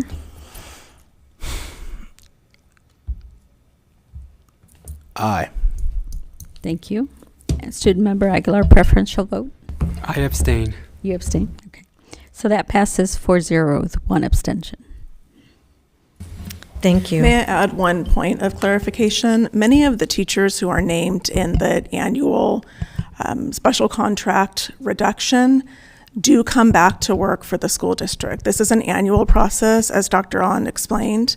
For those who are on a single-year contract, such as Head Start, as soon as we are able to offer the contract for next year, Human Resource Services will do so. And so about half of the teachers who are named tonight come back to the district, assuming that their categorical program is fully funded as we expect it to be. And so this is an annual process. It's not something new to this year. It does include teachers that were hired on special contract with ESSER funding, in addition to those that regularly you have to look at as annual contracts. But I do want to assure the board and our community that is in the positions that we can rehire for, the teachers will be rehired in the programs where they work. Can I ask a question? So I want to be clear about how this is done. So we can, when we are funded, rehire a bunch of people who have been on one-year contracts, and we will need them again because they've been in these positions before.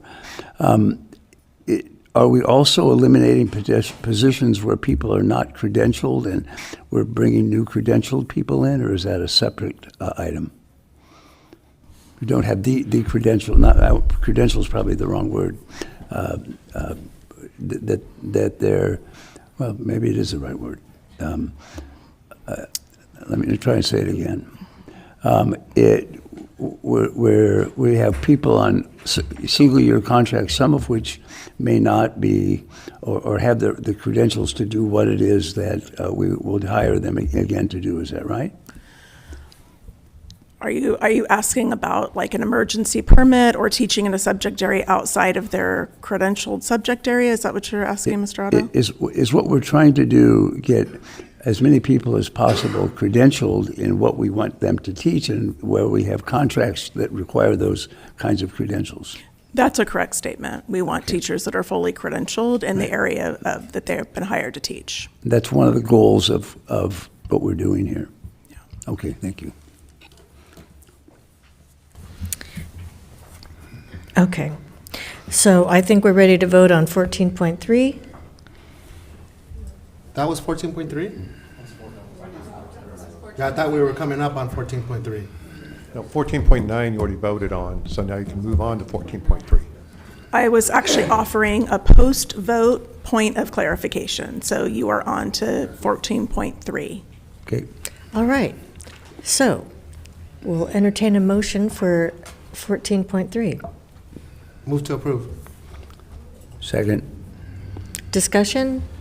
Yes, so just to follow up on the brief context and background that Dr. Baker and Dr. Simon provided, and it's actually related to what we just covered. So I guess it's a twofold question. One is, if I understood Dr. Simon, when we abolish a position, in this case, can I use the BIS? Am I getting the acronym as an example? It's not being replaced by a subcontracted position to perform that, right? The position and its responsibilities are abolished? Correct. So currently we have 24 BISs, Behavior Intervention Specialists. Can you talk a little bit about what the responsibilities are, Dr. Simon? Sure. They're responsible for providing functional behavior assessments, right, to see what behavior supports, right, our students need. They go into classrooms to, right, help teachers with classroom management. They attend IEP meetings. There are about several things that come to mind that are in regards to their role, but it's specifically around behaviors and mostly in support of our students with disabilities, especially those with autistic-like behaviors and things of that nature. And so I'm assuming that there's still a need for those responsibilities to be performed. And so if we're abolishing the position and we're not replacing our district employees with subcontracted folks, who then assumes those responsibilities? Well, right now we will still have 18 positions, right, to carry out some of those functions, but we're also looking at other avenues and positions that could assist. Not just with our special education behaviors, but even more so with our general education behaviors. Right. So just know that there's a bigger plan in regards to the behaviors that we're seeing within our system that need to be addressed at a larger scale. Okay. So then back to Dr. Baker. So are all or some of those positions that Dr. Simon described funded with one-time ESSER funds, Dr. Baker? The behavior intervention specialists, I don't think that any of them are funded out of ESSER funds in that regard. So is it fair to say that then this was more of a programmatic, administrative, strategic decision versus a lack of funds for these specific positions? BIS. I don't know, Dr. Simon, that didn't sound too... Here's where I'm coming from, if you could speak to it here.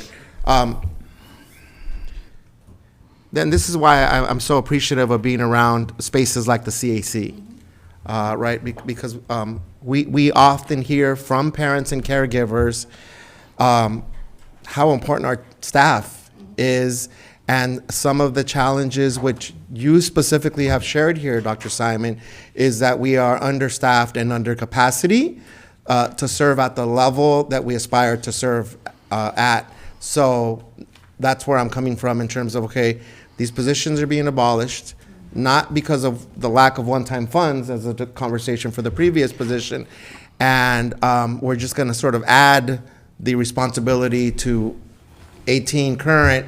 How do we ensure that we are able to continue providing the level of excellence for our students, but also consider that we have had, at different points in the last few years, drastic need for staffing and specialized staffing here, not specifically just for our students with disabilities, but that they have a responsibility with our students with disabilities.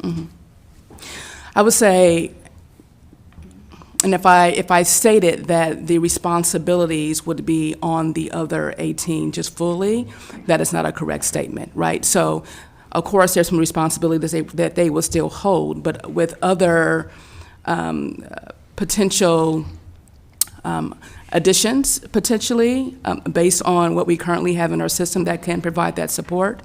These are ways that we're looking to mitigate some of the behaviors that are happening within our system. So it's almost like a repurposing of some of our positions as well within the office in order to address behaviors, right? Based on skill sets, based on expertise, based on what our students have been saying, our parents have been saying, our teachers, our principals, right? We're trying to build that system to support behaviors that we're seeing that are coming, right, post-COVID.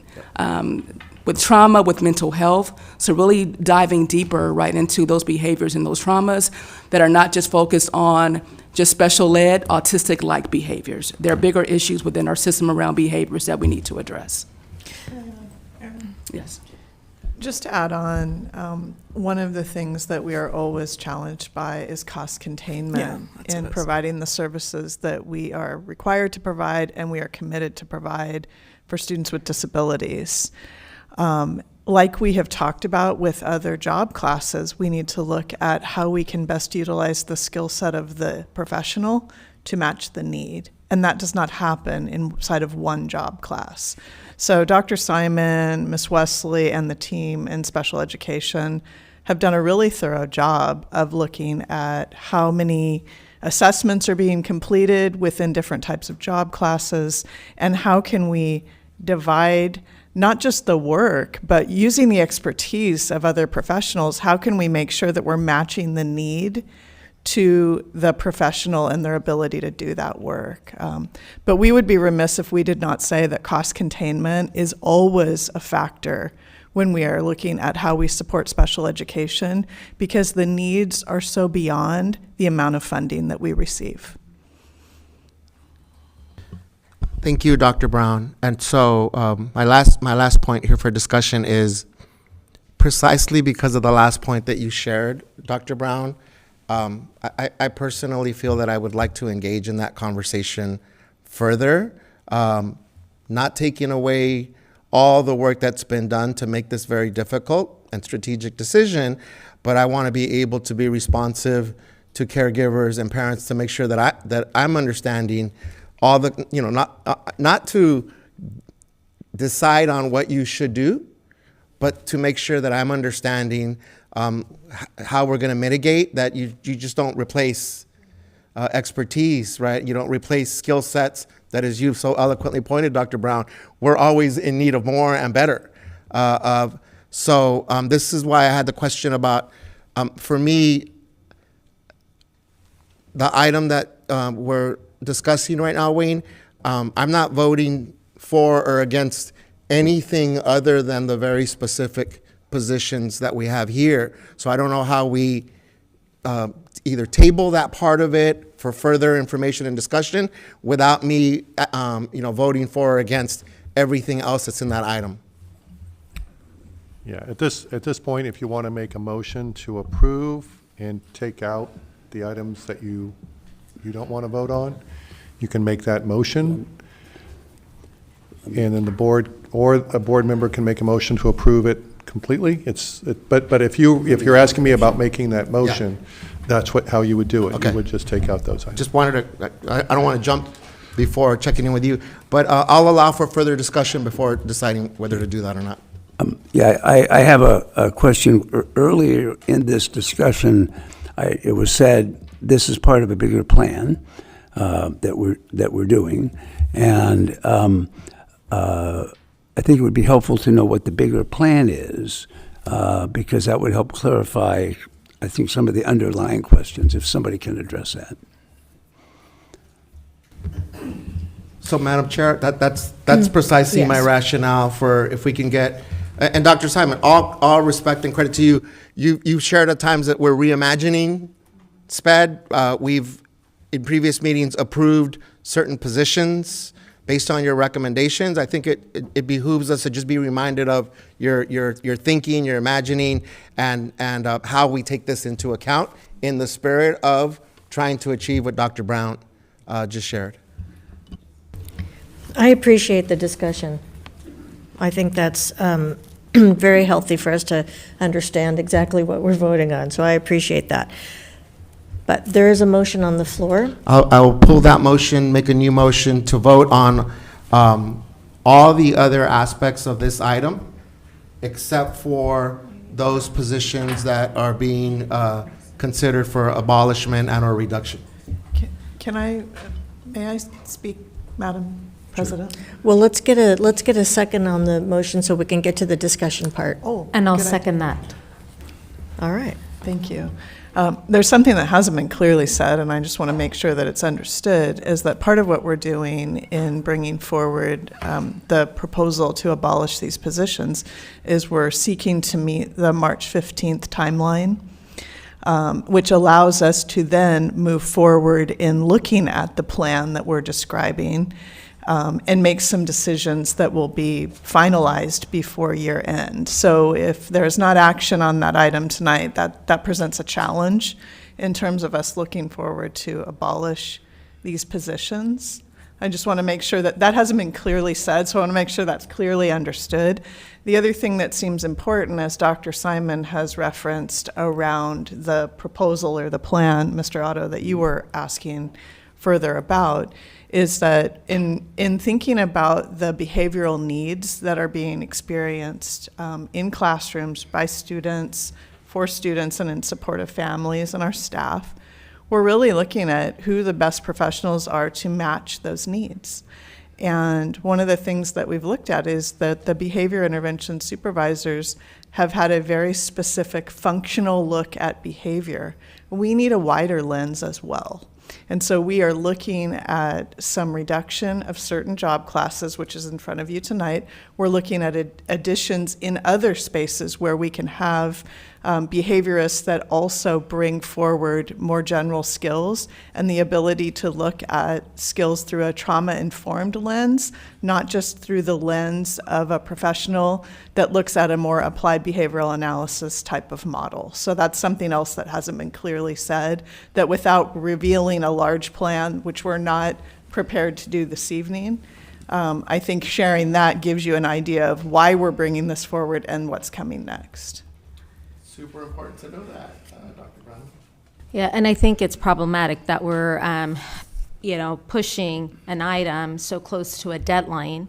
And I agree with Dr. Benitez. We need more time to discuss this. And it may not be, maybe not be tonight. The notification is what we're bringing forward tonight. A decision is not made. But the requirement upon us is that by the March 15th deadline, we have brought forward any position that might be changed, and we have the ability until June 30th to make a decision around that. But correct me if I'm wrong, we would be voting on reducing and eliminating positions. Is that correct? That's what is here. You would be voting on the notification that a person is receiving, that they Correct. have to receive, that their position may be reduced. Or eliminated, because we Yeah. have abolishments. Yeah, but tonight what you're voting on is that they are being noticed of that. Yeah. And we have until what date in June to actually execute that? 30th. Well, the notices have to go out by March 15th. Right. So, were you going to speak to that? I was just going to say June 30th is the required date to do official notification of changes in employment, if they will be coming back to a position but the notice has to be for all classified employees. there was a change in the law that requires not on a rolling basis, but now, just like certificated staff, by March 15th, all employees have to receive notice. That they may. That they may. May. Yes. But the decision we They're- have till June. Yes. That's right, and this is a process that we have engaged in many times. It's never a pleasant process, but it is our duty to inform staff that we're looking at this position, we're making decisions, and we need to inform you by this time. There will be another notification that comes in on or by June 30th, sooner if we are able to. And in the meantime, there will be a conversation about how we're supporting the needs that are in front of us. There's also the aspect of employees knowing and have opportunity for job searching should they choose in the 3 months in between, and that's really the core of the reason for the notification. I still have. Hey, Wayne, I'm sorry. Go ahead. Really quickly, Wayne, can you give us confirmation that if we were to table this and bring it to the next board meeting, that would be sufficient enough time? Or is that something you can confirm? Our next board meeting is March 6th. So operationally, I don't know if that gives us enough time to get the notices out. I would assume it would. Legally, it would be acceptable, barely. Yes. It's just important to know that classified and certificated operate a little differently. So when we're talking about classified positions, and there is going to be a reduction or an abolishment, we need to look at specifically who that is going to impact. And so after a vote, then we engage our personnel commission, and we have to look at the seniority list, and we have to figure out which employee is going to bump which employee, which is going to bump which employee, which is going to receive the notice. So, not to complicate it, but I just want to make sure that you have all of the factual information on the differences. So does that affect the ability, is that a different deadline that we have to take into consideration in order to do this before March 15th? Because between the 6th and the 15th isn't very much time. So the deadline is March 15th. Right. For the notice. But one of the reasons why traditionally this has always been brought before the board in February is so that we can make sure that it is accurate, and we are making sure that we get those notices out to the employees before March 15th. When it happens on March 6th, then it goes into potentially effect on March 7th, the next day, weekend not included. That's where it starts to get pretty tight from an operational standpoint. So I think the answer to my question is yes. Absolutely. Okay. So let me try and get an answer to the previous question, and maybe it's already been answered, and that wouldn't surprise me, and that is, so what's the big plan? Or has it already been answered by the things that we've talked about? Or what are we trying to do here so everybody understands it?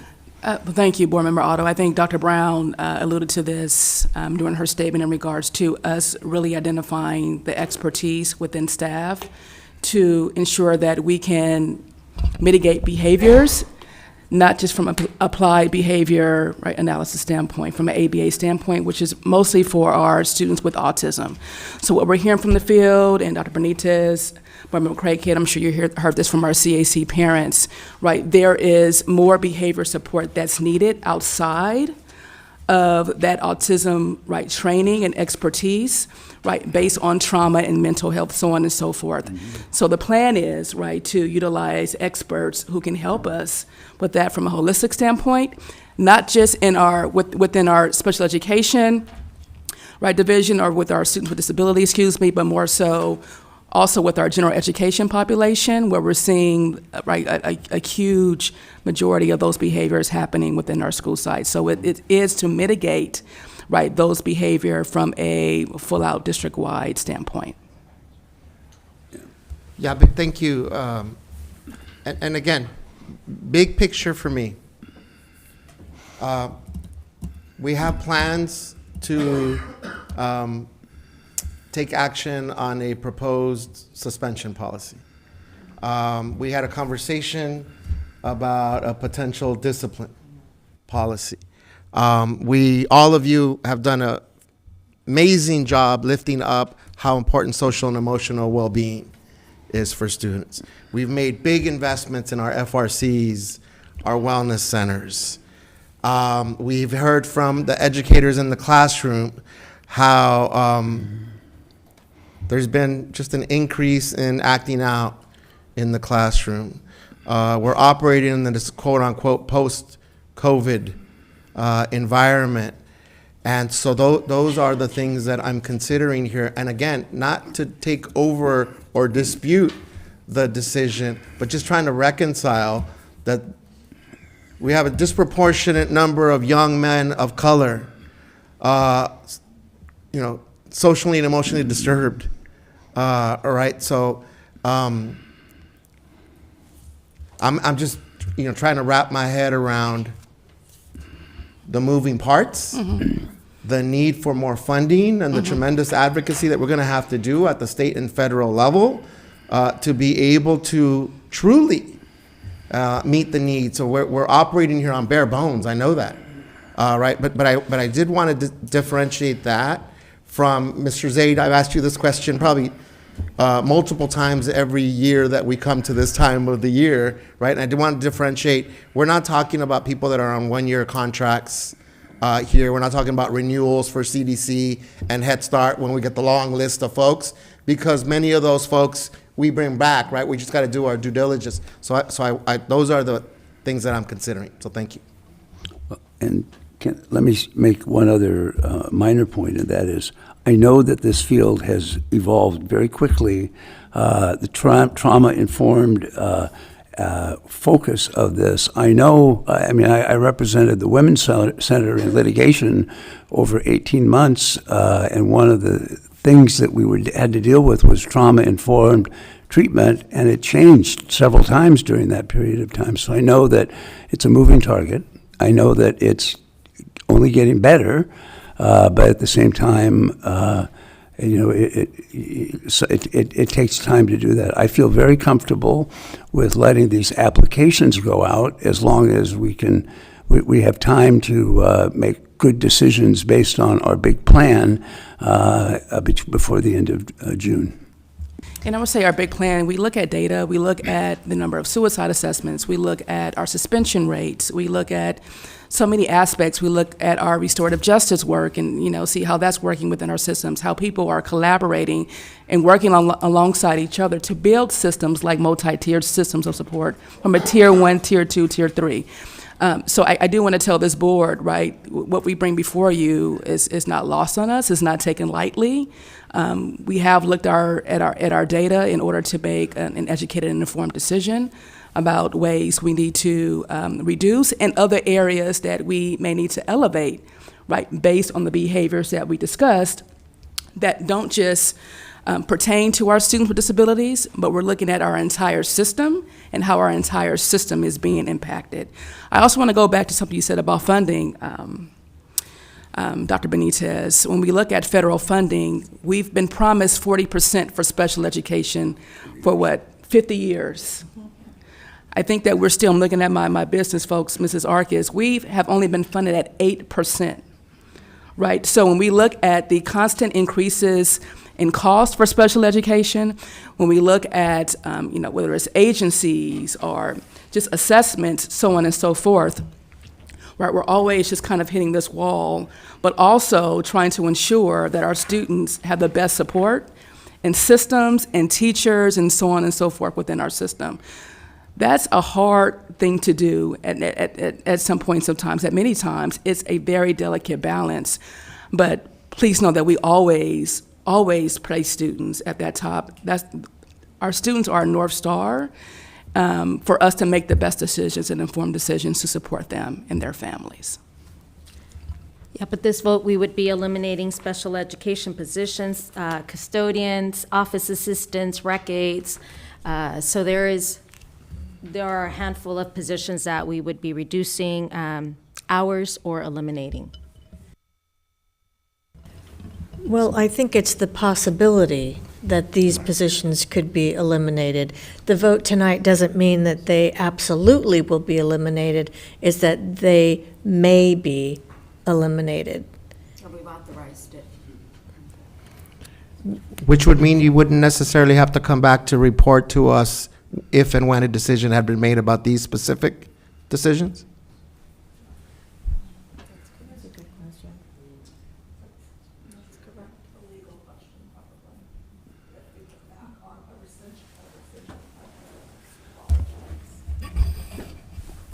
Yeah, I think we would need to put it back on the calendar. Yeah. So I'll motion for these specific reductions and/or abolishment of positions, that we pull that out and have to put it on the agenda for the March 6th meeting, so that. So just to be clear, Yeah. Dr. Benitez, you're asking for the 6 behavior intervention The SPED supervisor positions, the SPED positions to be removed for additional information and consideration Yes. at March 6th, with the rest of the item 14.3 Yes. being voted upon. Yes. And again, so I didn't hear a definitive yes, Mr. Zan. I heard it's very hard. We're going to be short on time. If it was a definitive, there is no way we're going to make the notification deadline. But that's why I want to separate out, not for all the positions, Dr. Baker. I'm talking about the specific SPED positions. Yes. How many? 6. 6? Well, if you can't get 6. Okay. So I'm going to ask our board secretary if we already had a motion, because I believe we were having discussion on a motion that was already on the floor. Are you the maker of that motion? Yeah, and I'm pulling it and revising Okay, rescinding the motion, revising it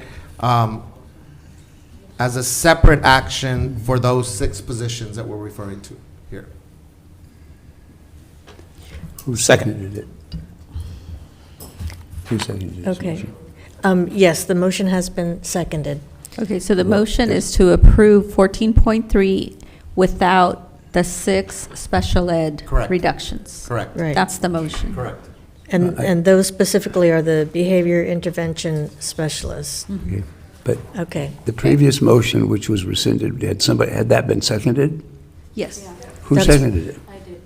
Well, that's why we were having a discussion. I did, and my next question was going to be, so Dr. Benitez is just asking for those 6 positions to be pulled out, and what would have to happen, legal counsel, if I wanted to motion for the other, for the positions and the reduction and abolishment to be included or added separately? Yeah, the motion's on the floor in a second. You have a vote. If it doesn't pass, you can make that motion, or you can make the motion, and if you get a second, then that would replace. But Dr. Benitez would have to withdraw his motion for you to make the motion on the floor. Before I make the motion? Yes. I have a motion, we have a second. Right. So Any- it can then be voted on. If it's approved, then we're finished. If it's not, then you can make a new motion. Okay, I need a clarification, because right now, again, Dr. Benitez is just asking for the 6 special ed positions, and we had a second motion on the reduction and abolishment of those 2 sections of those positions. So if we pass, if it passes, I cannot go back and motion to get these other positions. Correct, separately. because the item will have been voted on. Correct. So I Okay. can't motion to go back and add both of those? If he would withdraw his motion, you could, or if the vote is, it's a 5-person board. So if the board votes for it, then that's it. How many other positions are there? Okay, so the motion that we are voting on is to pass 14.3 without the 6 behavior intervention specialist positions. That's the Period. motion. And Right, again, that's just to the motion. qualify, I'm not happy that we have to make any decision on this. I don't think anyone on our team is, like, this is a hard, difficult decision. But what I'm hearing, and that's why it was important for me to get clarification, is that there is a reimagining of that these positions are not just about serving our SPED population. All right, so I don't view, and I'm not minimizing or trivializing, custodial, rec aid, office assistant staff in the same way that I am these positions. Not better or worse, but there's different implications for me, for the positions in SPED that we're talking about here. I think that there's a huge need to retain our aides, our office assistants, and our custodians. And so I firmly believe we need to keep the reductions and abolishments together. I agree that there's a need, Board Member Lopez, but there's a difference to me between abolishing and reducing. So we have a motion on the floor, and we need to vote. So I'll ask our board secretary to take a roll call vote. Okay, I need some information before I can vote, and that is how, that we have been talking about 6. If it was all of those positions, how many would it be? Currently have 24. Okay, so it would be a total of 24, and the practical question is this is about applications, right? Okay, so the font of wisdom about personnel, Dr. Zaid, how many, let's say it's 24, is it possible, and what would it take to get all those notices out by the 6th if we put this over? So if we put it over to the 6th. Just to be clear, it's 24 total positions, but the abolishment only impacts 6. So if the vote were to be taken tonight, then the next step would be to look at the 6 with the least amount of seniority, because that's who would be impacted. And that's where the notices would need to apply. That wouldn't apply to the other 18. That's the operational component on the back end once a decision is reached. So it's possible to do this, but what's the best practice to do this, given all that you've heard? You don't get to vote, but I'm... So we've done this annually, and the reason why we bring it each year in February is to just make sure that we allow for enough time to ensure that we meet with employees, we ensure the proper notices, we meet with management to just ensure that happens in a very systematic way. So that's the reason why it's always come in February, although, the deadline, of course, is March 15th. But it's 6 out of 24. And in many ways, delaying only delays what is hard. Because what we know is that we have a reduction in work and we have a reduction in funds that we're asking you to take action on. So a couple of weeks difference really only delays the hard decision that would be in front of you that would then put pressure on the notification to additional employees based on seniority. So it kicks the can down the road a couple of weeks, but it doesn't make the decision that is in front of us any easier. No, it doesn't make it any easier. It really just pushes it. But Dr. Brown, I was under the understanding that we weren't making a decision at this point, that we have till June 30th. The decision that you're making is the notification. Correct. Yeah, Correct. and the implications for other employees to act on that notification, then it just puts pressure in the system. Correct. When there's already challenging decisions that are being made. Dr. Benitez, would you be willing to pull your motion to include both of the reductions and abolishment sections and bring them together, as was your original motion? I'm not, because there's a difference to me between reducing and the reductions aren't, as I understand it, Mr. Zay, we're not giving notice in the same way that we are for the abolishment of positions. So the abolishment piece only applies to the 6 positions, correct? No, but the sped positions that I'm talking, that we're having a discussion. Pulling just those 6 Yes. out. Yes. And all the rest are staying, which allow us to go through Correct. that process. And I'm taking into account the stress on the system here. Okay, so the motion that we're voting on is to approve item 14.3 minus the behavior intervention specialists totaling 6. I'm going to ask our board secretary to take a roll call vote. Thank you. Member Lopez? No. Okay. Member Otto? Yes. President Craighead? Aye. Member Benitez? Aye. Member Miller? Aye. And student member Aguilar, preferential vote. Aye. So that passes 4 with 1 abstention. Oh, a no. Sorry. Yes. So 4 and 1 no.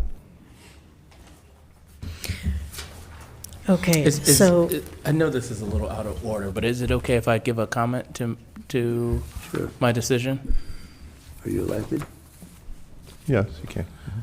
I think earlier in the conversation, when we were before the vote, there was an undertone of questioning if there was a plan in place. And I don't want you to feel that as though there was ever any doubt that the district or the decisions made for our students, especially those with special needs, were ever being treated as second-class students, or we didn't firmly have an approach on what we were going to do to support them. And so, all things considered, when we're talking about our roles and this decision in particular, I think that there's been a consistent undertone of questioning the transparency of those plans. And so for me, though I have full trust in our district's plan in supporting our kids with special needs, I want to be very clear that it is also the expectation that we show our community very firmly what our plan is, and that is part of, I think, of all of our hesitancy in that decision to begin with. And I want to explain my no vote because I firmly believe that we needed more time to make an informed decision as to whether or not we needed to reduce positions, eliminate positions, and I don't think we were given that time. thank you. Okay, we're going to move on because we have a staff report. So, Mr. Suarez, we're going to have you present on the LCAP.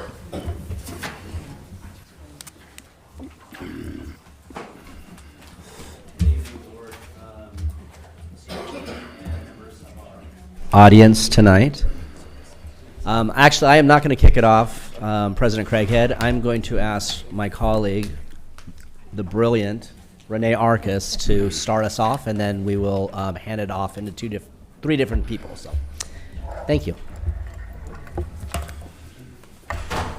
I'm going to put him in charge of all my introductions from here on out. So I have the pleasure of kicking off our LCAP process with our mid-year LCAP update, and that's what we're bringing to the board, the community, and our LBUSD staff tonight. All districts are required to present a report by February 28th of the mid-year LCAP update. It's required by California Ed Codes. We've included them on this slide, and it's based on 3 different components. The mid-year expenditure data, which I'll be talking about tonight, mid-year implementation data, and mid-year outcome data will all be discussed tonight by James and myself. There's a couple components of this. The mid-year expenditure data, they want to know how we're spending so far in our LCAP process. The mid-year implementation data is, are we implementing our programs that we've included in the LCAP as planned? Note that sometimes the expenditures might not match the implementation just based on when we do things. So a good example of that is some of our expenditures are related to our AP testing, and they happen later in the year. Some of our expenditures, I'm doing a mid-year, which kind of includes expenditures through December, but as you know, in July and August, we're kind of in summer programming, and a bulk of our expenditures happen through January through June. So that's why the state asks us to take different looks at how we're doing in the LCAP in many different forms. The last portion is the mid-year outcome data. That kind of runs the same. You have certain surveys that we put in place that James will talk about, and certain attendance rates that we have access to now, and those are available to report with mid-year outcome data. But there's several things that are still implementing, we're still doing, and we'll be able to bring back with our final report as to how we're doing on our outcome data. So I want to talk briefly about the expenditure portion of our LCAP. And one of the big components they like us to use is the budget overview for parents. It's one of the areas that's really clear as far as how we're spending our dollars in our LCAP, in our LCFF funds. So up here today, I have the 4 components that we've actually are going through. And these kind of align with what we do at budget adoption. If we have a revised budget that we bring to you guys in August, our first interim reporting, and our projection for what we will be reporting at our second interim. As you can see, most of the funds related to the LCAP, the big portion of them, the LCFF funds, have not changed dramatically. They've kind of been really consistent. And that's due to the unduplicated pupil count is one of the main things that can change in this year, because a lot of the other factors that money is based on have already been determined in previous years. And so when we come to the March is our kind of final, we've gotten all of our CalPADS data, we've got our unduplicated count rate, and that's the last effect that it can have on revenue in this year, and therefore our supplemental concentration grants. So this year is different in that I've been here for a couple years reporting on sometimes drastic changes, but the consistency of this year's LCAP and the funding supporting it are very consistent. So the last piece that I'm going to talk about is the LCAP expenditures. As we've discussed in the past, our LCAP is divided into 5 different goals: basic services, support to schools, academic progress, college and career readiness, and active engagement. And so this chart that I'm sharing with you today shows how we've been spending those funds. Again, we're about to go through what kind of programs we've implemented with those funds and realize that some of the expenditures here have just not had a chance to happen. They're expenditures through December, which is mid-calendar year, but as you can imagine, July and August are a little smaller in terms of us for how we operate. A lot of our budget comes between the months of September through June. So this is a large picture of how we're doing towards the LCAP, but as you're about to hear from James and team, we're headed down the right path. We're working things in progress, and we're making sure that the programs that we provided to you all last year and brought forth with the LCAP are in motion. See, I told you she was brilliant. So, good evening. Before I begin, I'd like to introduce the team who's with us today. This is not a 1 or 2 person show, so I want to make sure that we give introductions today. In fact, we are a collaborative interdepartmental team, and I think that's really important to understand, that we all come from different perspectives in this organization, and this system is changing to make sure that we include voices that we may have forgotten about. In this case, we're not forgetting about it. So I'm here to introduce Renee Arcus, who you just heard from. She's from our business department. George Sy, over here on my right. And I always get a little nervous because I never know what George has up his sleeve. So I get a little nervous that he's behind me. I'd rather him be over here. But George Sy is our state and federal programs office. We have Dr. Lucy Salazar over here from our Equity, Engagement, and Partnerships Office. Tonight, Carmen Hernandez is not here, but she is also from the Equity, Engagement, and Partnerships Office. And we have Viva Mogi. And Viva, you're going to have to explain your wonderful title because I'm not quite sure what it is. No, not the business office, your policy and special strategic planning. So there's the interdepartmental team. I just want to make sure that they gave credit for this. So as Renee suggested, in the next several slides, I'll be focusing on this year's LCAP. How about I start there? I want to make sure I emphasize that this is current LCAP that we're implementing. So I want to make sure that it's very clear.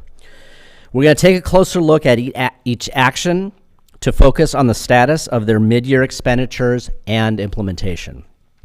So first, let me announce that and I want to be very clear about this, all actions in the current LCAP have started and are in progress.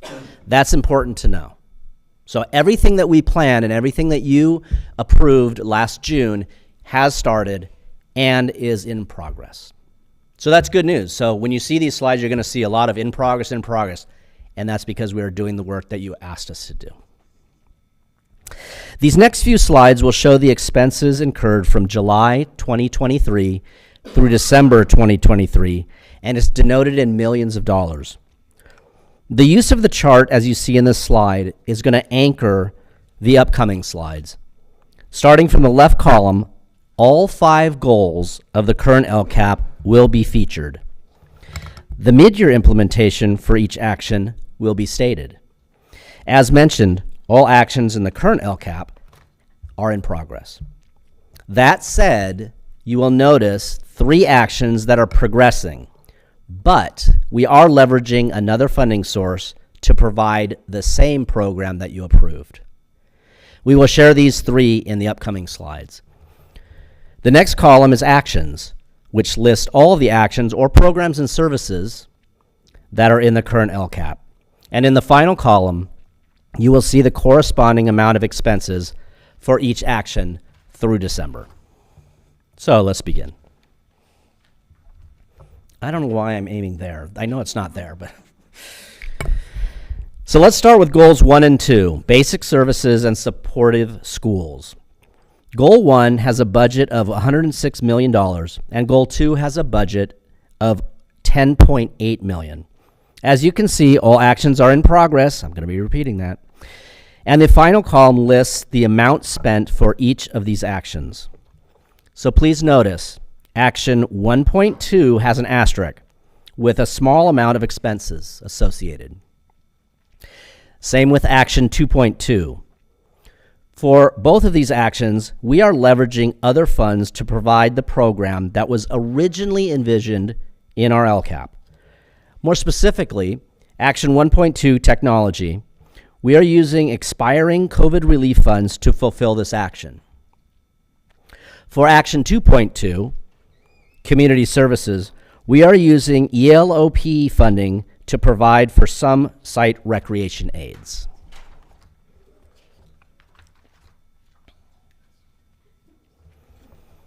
Here's our largest goal, action 3, academic progress. It has 13 actions or programs and services within it. It's a total budget of close to $680 million, by far our highest budgeted goal.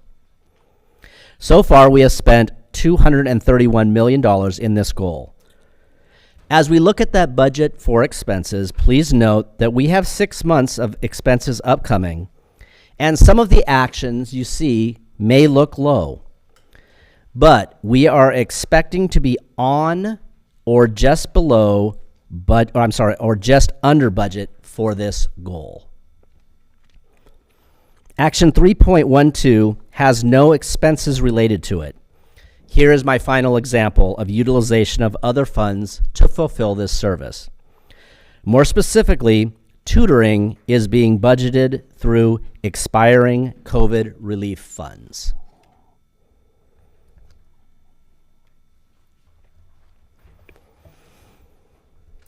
Here are the final 2 goals. Goal 4, college and career readiness, with a nearly $20 million budget, and Goal 5, active engagement, with a $56.7 million budget. As you can see, all are in progress, and when you look at the total expenditures, we believe that we will be on budget.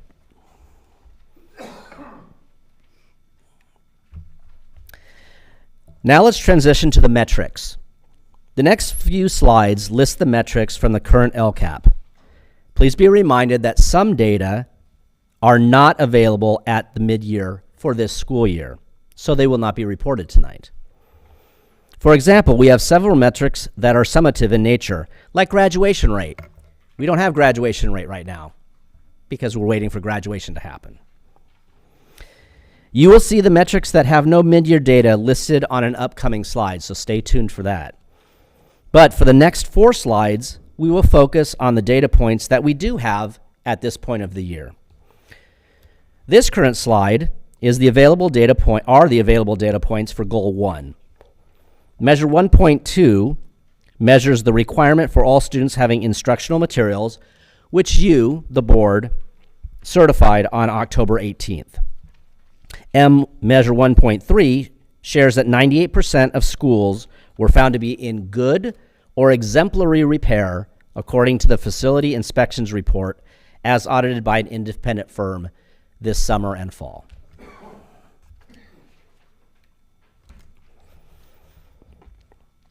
Here are the metrics for Goal 2. And actually, for Goal 2, we have all the metrics for our mid-year report. The first 5 metrics for Goal 2 are data points from the spring administration of the core survey. A favorable response, as you can see in the slide, is defined as students or participants agreeing or strongly agreeing. As you know, the core survey is administered annually and focuses on social emotional learning and school climate, including safety, sense of belonging, and school connectedness. The final metric in Goal 2 is M2.6, and it represents the number of views for each parent university online workshop. From August to February, 1,615 views is the average number of views per workshop. And if you're wondering, that is up from last year at 871 views, and it also meets our 3-year goal. Congratulations, Parent University.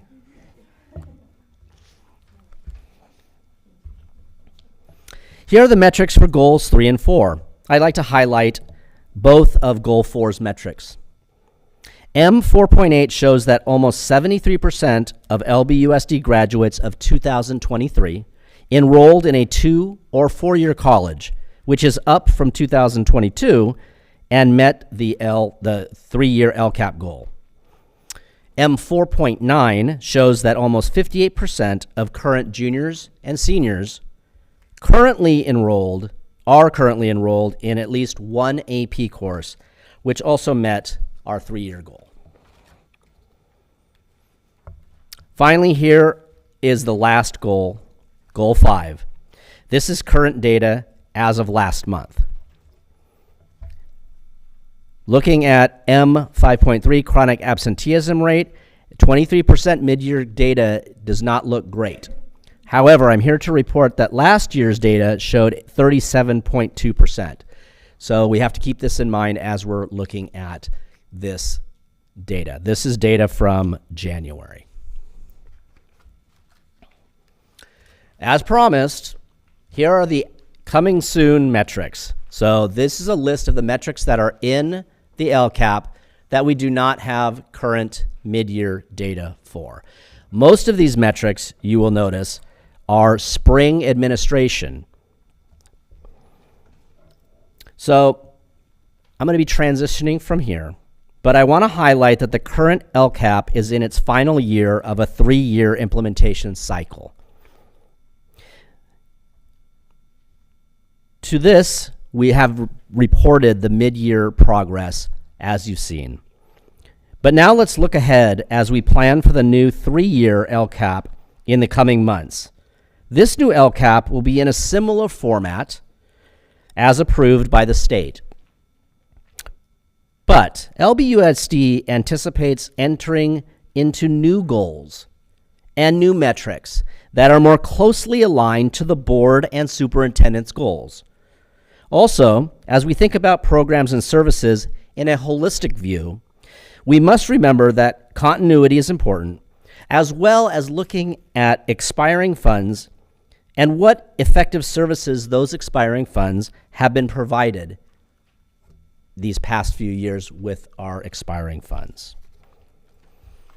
These are all points of work that are coming in the months ahead, with a legal requirement to approve a budget and an LCAP by July 1st.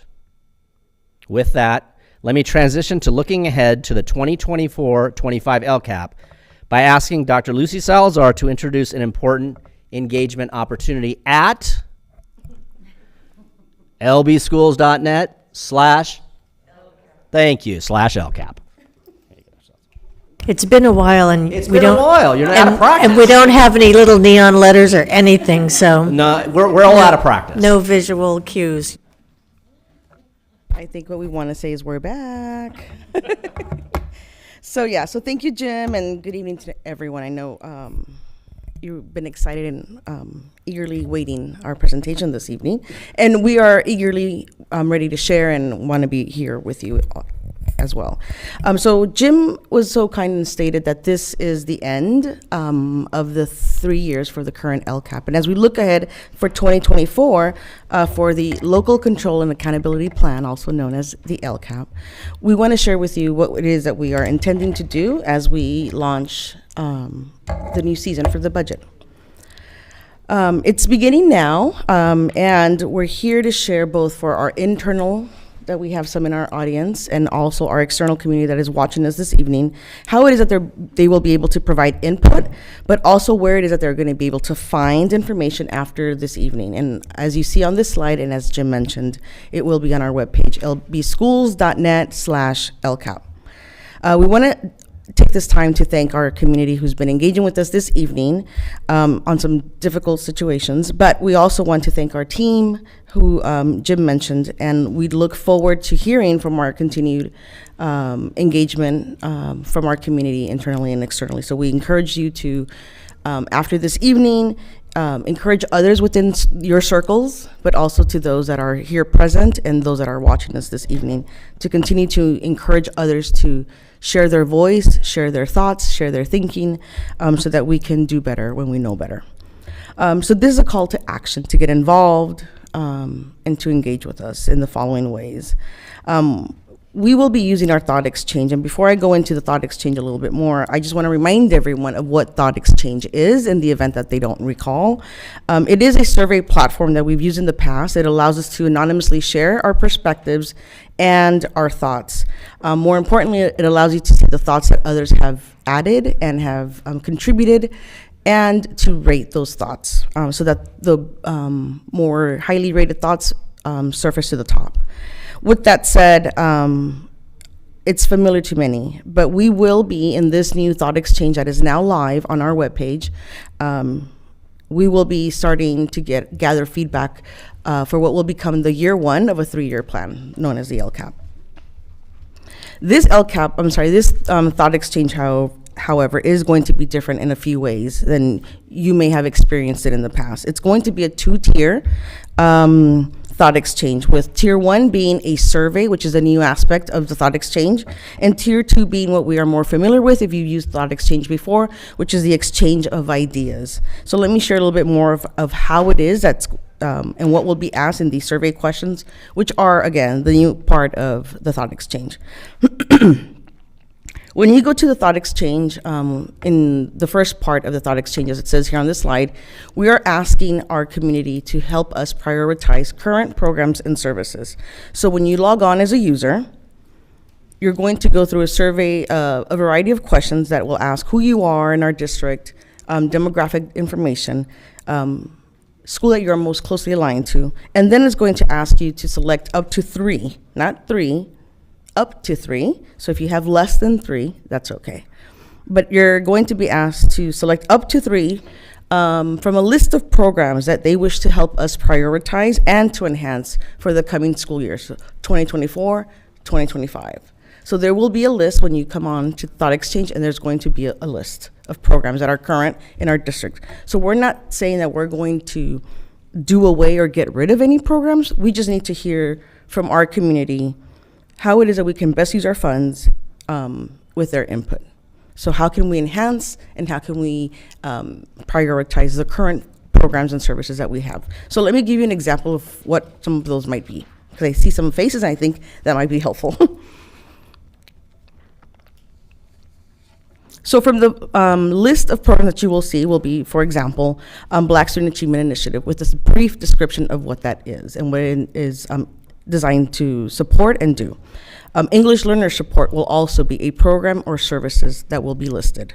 Other programs such as care or wellness centers will also be a program or service that will be listed. School-wide restorative justice implementation is another program or service that will be listed. And so from a variety of programs and services, we're asking our community to select up to 3 that they want to help prioritize in our process. All right. So after they or the users have an opportunity to help us prioritize programs and services, then will be what they will also be asked to go through the next question that it will ask them is to give us input on through a confidence question. And this confidence question will help us gauge how strongly users or our community agrees or disagrees with how our district prioritizes resources and delivers success for all students. And I'd like to highlight that there has been a lot of care taken in the wording that we're using and the phrasing that we're using, particularly in the introduction.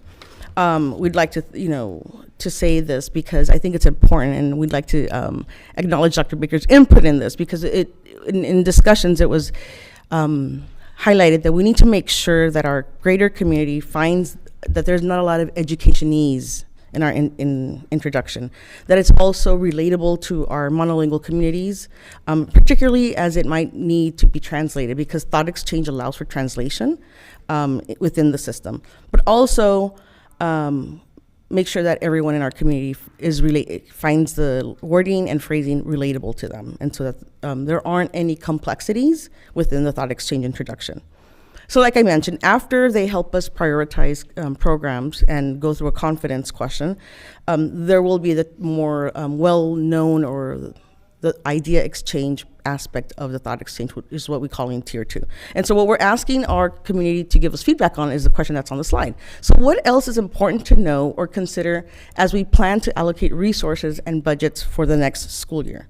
So again, that will be the second tier of the thought exchange, with the first part or the first tier of the thought exchange asking them to help us prioritize current programs and services. So we look forward to the upcoming district parent meetings that we have scheduled, but we're also especially excited about student engagement sessions that we're going to be holding at all our high schools, and I'll share a little bit more in the next slide. Is it this big one? Maybe I do have to go here. Okay, there we go. All right. So again, just a reminder, where can everyone find this information? It will be on our webpage. lbschools.net/LCAP for LCAP. Alrighty, so on our website, there will also be an engagement calendar, and again, on that webpage. And so I want us to just highlight right now how it is that our schedule will look. We think of it as 3 phases, and I just want to highlight for you a little bit about what those phases will entail. So phase 1 is where, of course, tonight, actually as of this afternoon, the thought exchange was live. And so currently anybody that is in our community can log on to our webpage and will find the thought exchange live as of right now. And I've already shared with you that it's a 2-tier thought exchange with a survey and then the exchange of ideas, as we have known and used thought exchange in the past.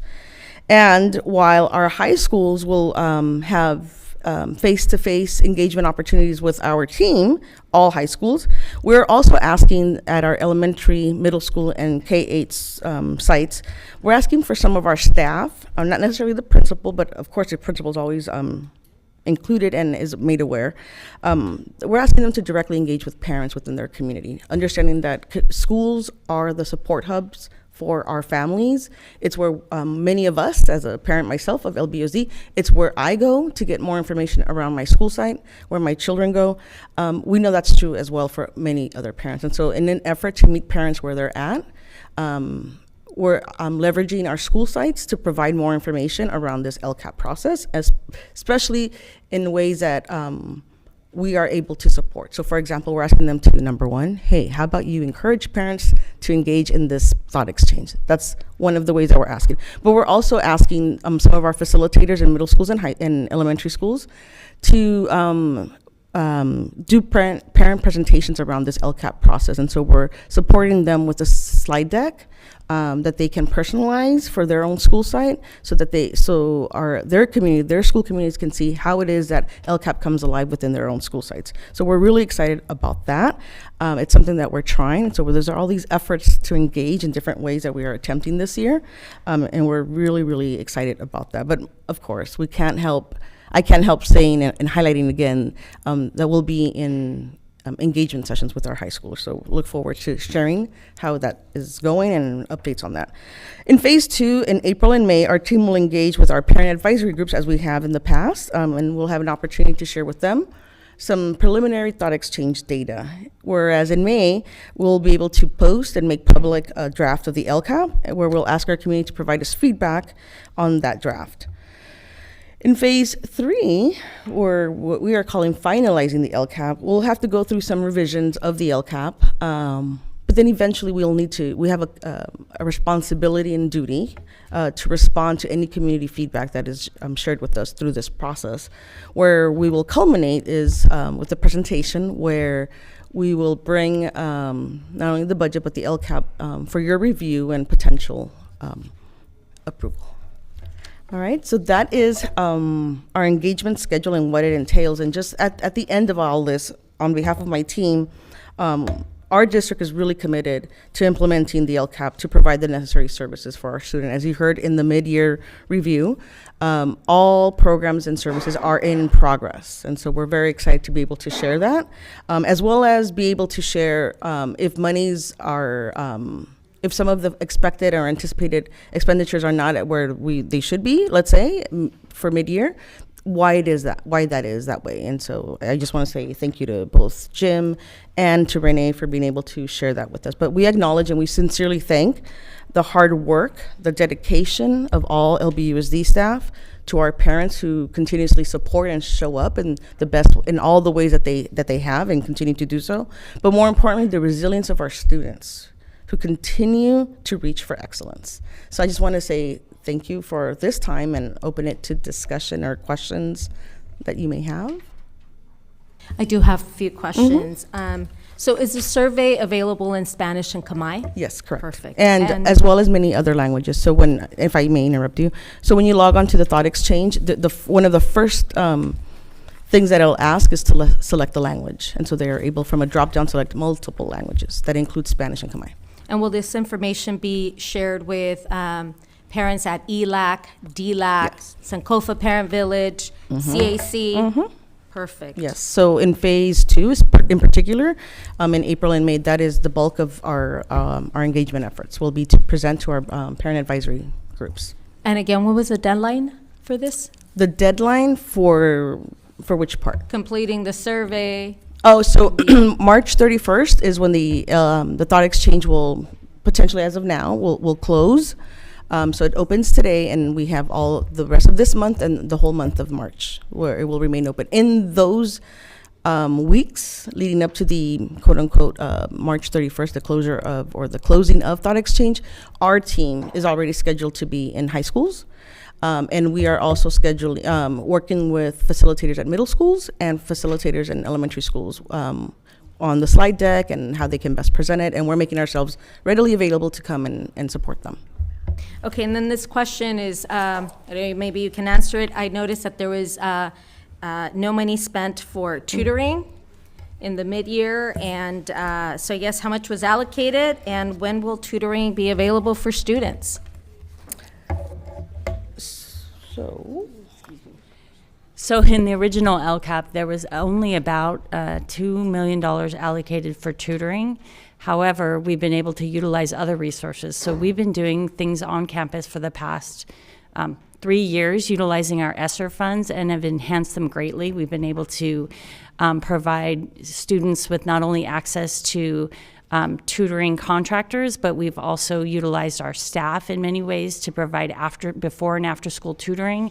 I've heard of staff even tutoring during lunchtime when they have the availability, and so we have been actively utilizing our dollars. We just figured it was a much better way to utilize our expiring dollars on that purpose, because there is a component of ESSER dollars that talks about enhanced tutoring in our system. It doesn't mean that the LCAP wouldn't be there, and that's why we did include it. In the event that we were to fall short of some of our ESSER dollars as we kind of climb down the end of those ESSER dollars, we could access those funds. So it doesn't mean that they're gone. It doesn't mean that we haven't done what we set out to do. It just means that we utilize a different resource to do this. Renee, if I might, we allocated tutoring services to all of our elementary schools with outside agencies. of the 13,000 hours of tutoring that was allocated, we have utilized so far 9,000 hours to date. So roughly 4,400 hours remaining in that allocation for the remaining of the school year. Some sites that have spent all their hours or utilized all their hours, we've actually allocated additional hours to support additional tutoring.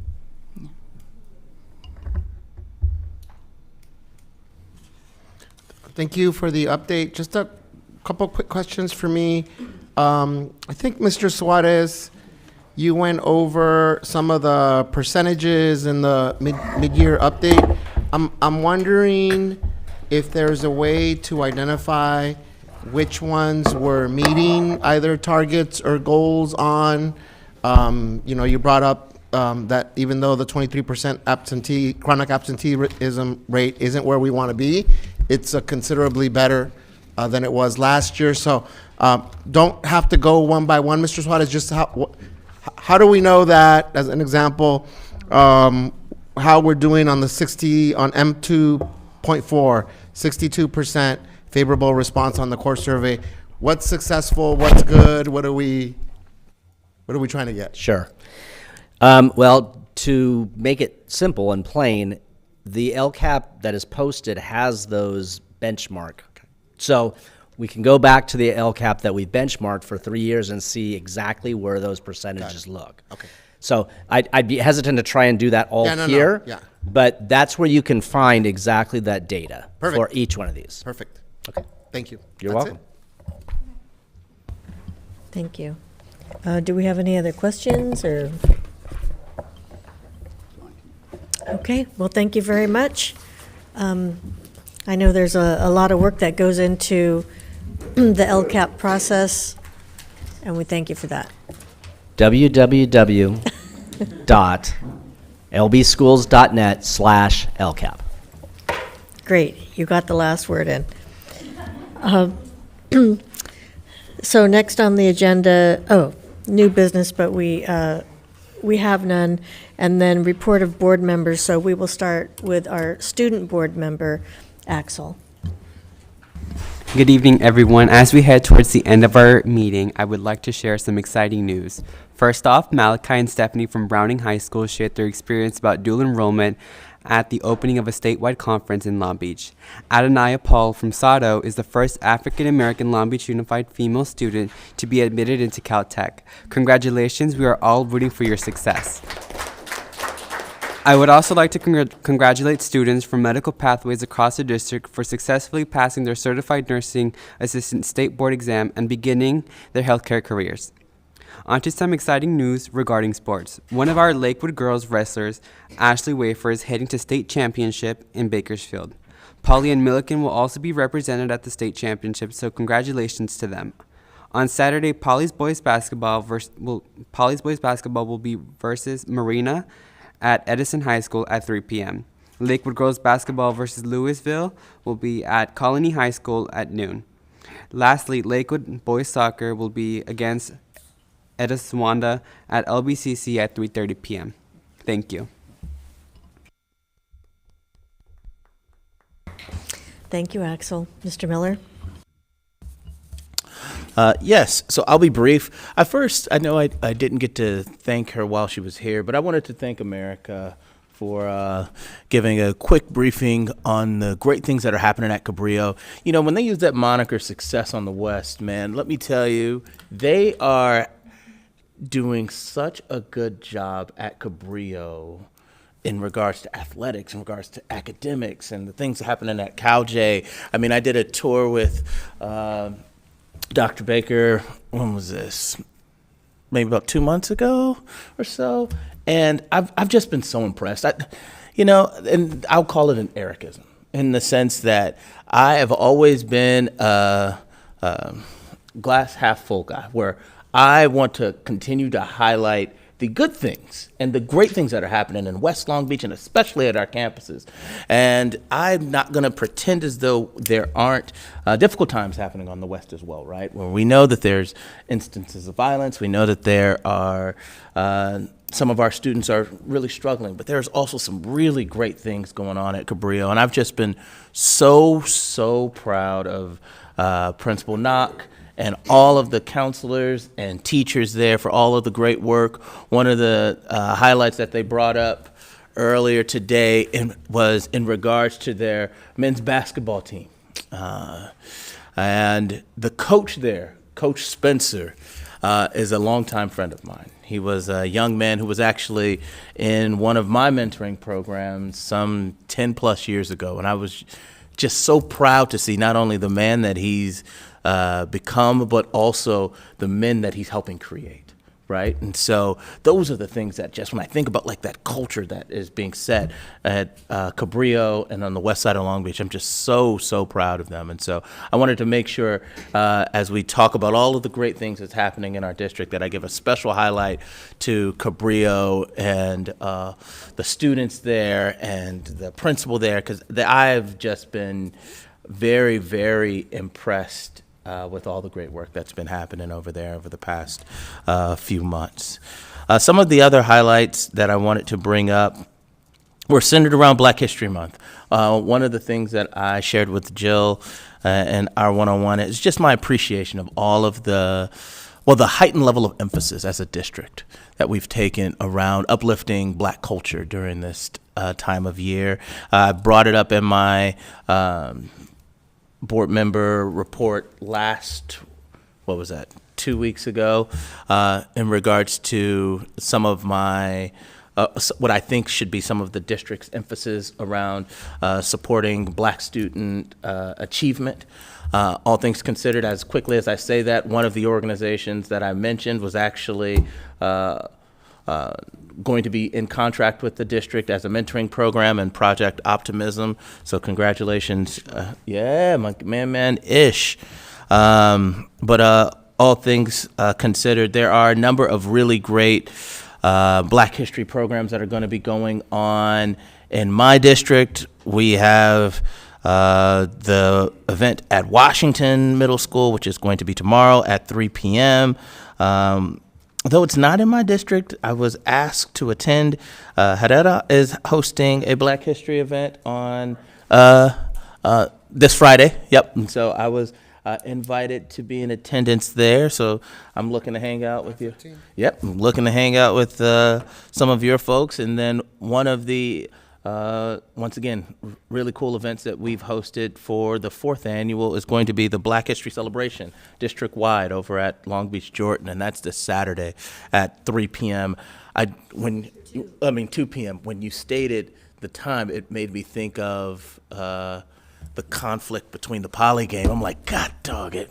I'm going to have to figure that one out. But all things considered, I'm excited about all the events that we've been hosting. I am appreciative once again of the district not making Black history feel like it's just being marketed. Like this is an event centered around appeasement of a community, but more a part of the culture and fabric of the district. And I'm just very much, I can feel that, I can see that, and I'm appreciative of that. So thanks again to everyone who's been behind the scenes making that happen.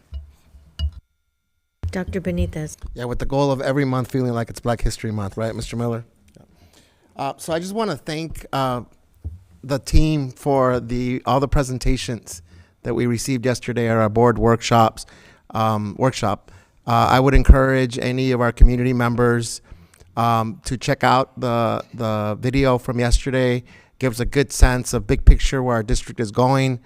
Started off the morning with the 9 strategies that anchor our strategic plan and the vision that we have as a district.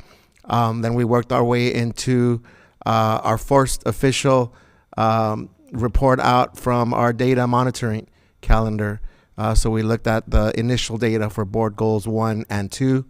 Mr. Otto made reference today that the board goals are on our website, as well as our guardrails and the monitoring calendar. So thank you to the team for getting us going with that. It's a heavy lift, right? We had a chance to brief with Dr. Baker today.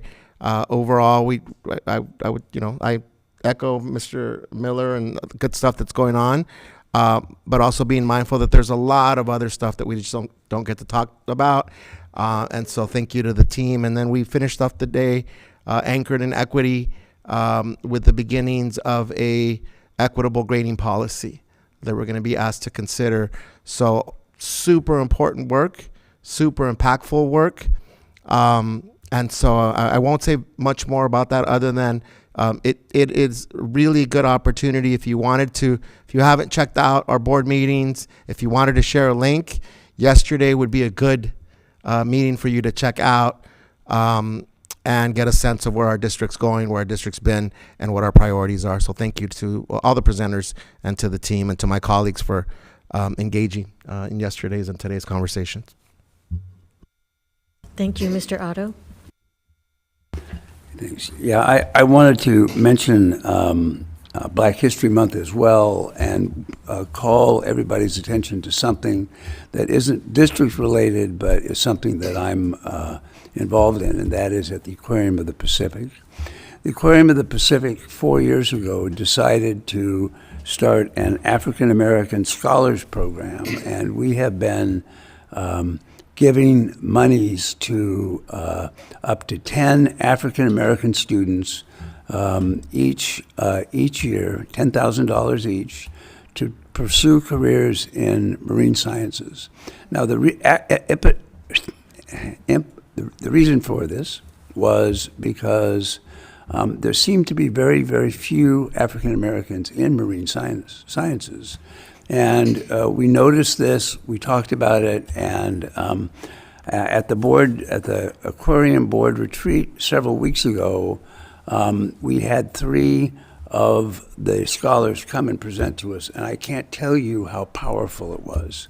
They talked not just about how it never occurred to them that they could be in this field, but that they could actually have careers. And the most moving thing was they talked about the sense of community that they had developed with the other African American scholars. And we're so proud of this program at the Aquarium.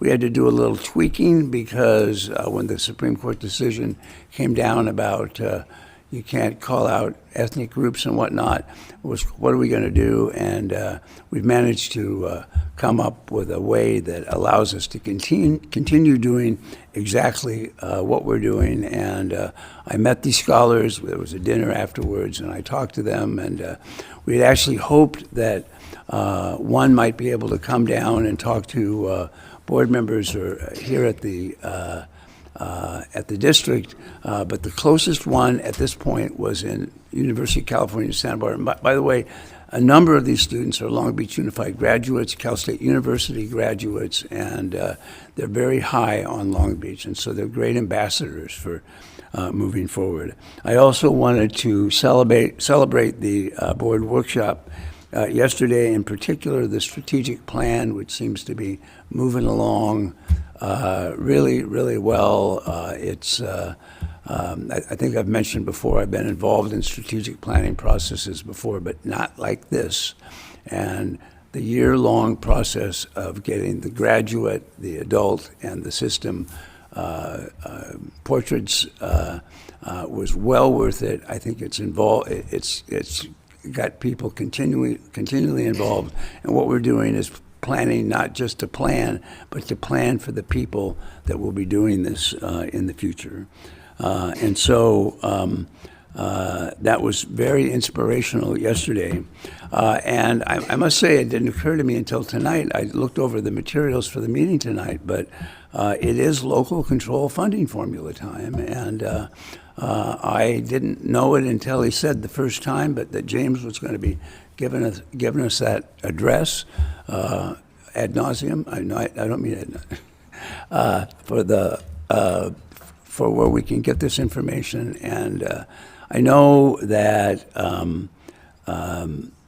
when the local control funding formula was brought into being in California with Jerry Brown and Michael Kirst at that time, it was kind of revolutionary, because really what had happened was we talked about that kind of stuff, but Jerry Brown had this very Catholic idea of what he called singularity, and singularity was you do for the least, and that's important, and forget about everything else. And That's still what it is. I worry about the local control funding formula just because I think it's important to keep that focus. And I saw the budget numbers today in the newspaper that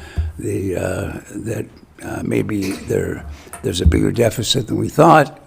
Certainly a bigger deficit than the governor thought, and we've got to navigate our way through all that. And I'm not sure that this is the worst time. I think that may be next year, but it reminds us to keep our focus on that idea of the funding for local control funding formula and what it means and the participation of our community.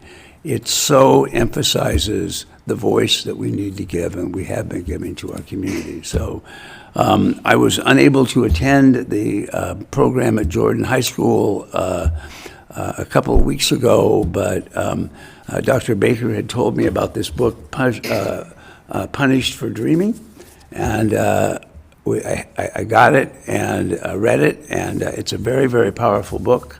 In fact, I've been looking for an opportunity to talk to Dr. Baker about it because it's really quite a book. And I thought I had the 3-day weekend and read it cover to cover and took a lot of notes. And it was a perspective that I hadn't seen before, and a very inspiring story. So that's my report.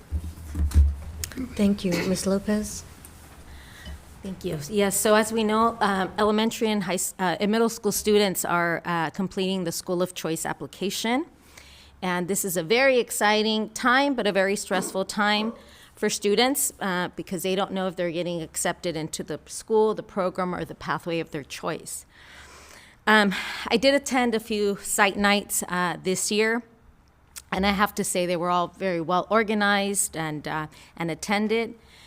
I was disappointed when I attended Choice Night at Poly. The staff there had worked very hard to promote their pathways and their programs, but representatives from the Choice office were discouraging families from applying to Poly. They were especially discouraging families from applying to specialized programs like the CIC and the PACE program. Families were being told that if they didn't live within the school boundaries, they would not get into the school. And they were doing this instead of encouraging our students to apply to the school they were visiting. Unfortunately, many of these families have also reported that they have experienced glitches that have not been able to complete their application with their phone devices. I guess the good news is that Jordan families have not experienced these enrollment obstacles. But I do want to apologize to the families who attended site night at Poly and any other school for that matter, who were discouraged from applying to the school of their choice. And I do want to encourage students to apply to the school, to the program, to the pathway that they feel will prepare them academically. Our job as educators is to provide you students with an educational opportunities that will help you succeed. I'd also like to encourage parents who are experiencing enrollment issues to reach out to the district so that we can address these issues in a timely manner. Thank you. Thank you. First, I would like to congratulate some of our staff on the 2024 Impact Awards by our Long Beach City Prosecutor's Office. So Scott Newman, Cabrillo's, since we're talking a lot about Cabrillo tonight, Cabrillo's Academy of Law Success and Justice on the West. teacher. There you go. Our own Dr. Aaron Simon, our Assistant Superintendent of School Support Services. Congratulations. Angel From Whittier? From Whittier or Los Cerritos? Whittier.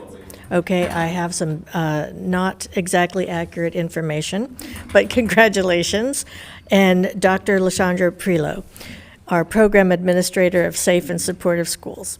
So the awards recognize the individuals and groups who made a positive and significant impact in the city of Long Beach while working with the city prosecutor's office.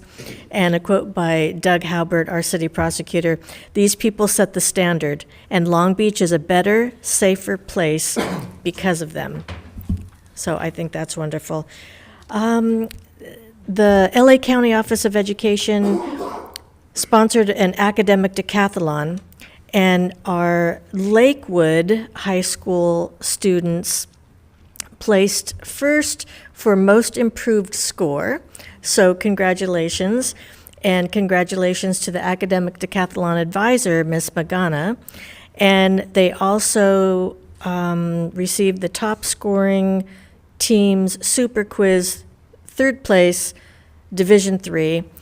And side note, I got to be a judge at the academic decathlon, which was held at my alma mater at San Gabriel High School in the San Gabriel Valley, and it was really fun to go back to a campus that I had not stepped foot on, and I'm going to talk about the next thing now.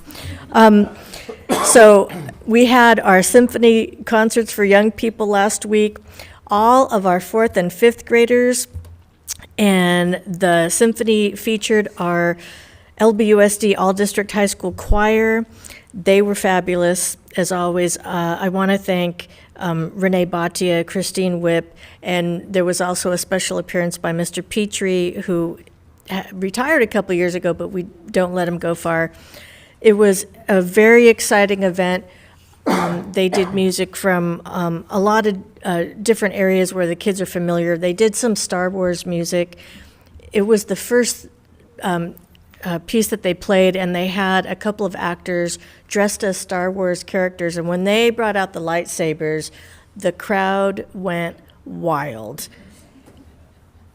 They settled down after that, but it was a magical experience, and I'm so happy for our 4th and 5th graders. And then just this morning, there was a Black History Month celebration at Patrick Henry, which was fabulous. Mr. Zaid was in attendance too, and we had fun. There were all different grade levels represented. One of the first songs that they did was Lift Every Voice and Sing. Not only did they sing it, they signed it. Now, right? So impressive. This is a dual immersion school. These kids are bilingual, biliterate, and they are signing also. Multilingual and talented. So each grade level, either sang a song or recited a poem, or the first graders did a play about Rosa Parks. And then I'm going to say kind of a highlight, really, which is saying a lot because it was such a great celebration.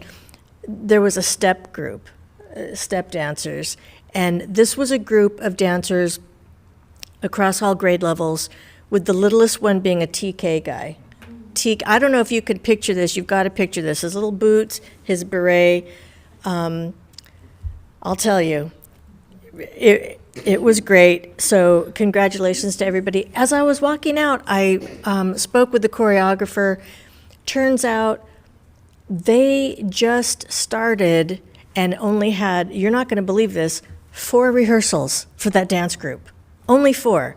Amazing, because they were doing some things that I assumed that they had been working together the school year. I didn't know it was just a recent, part of their program. Anyhow, just wonderful. I just want to reiterate, our gratitude for all the presenters and all the work that went into the workshop. We've talked about that, so I won't belabor the point. Anyhow, Dr. Baker. Thank you. All of my items were covered tonight by Student Board Member Aguilar. Thank you, and Board of Education. So I have no additional report tonight. Thank you. Thank you. Well, that concludes our meeting for tonight.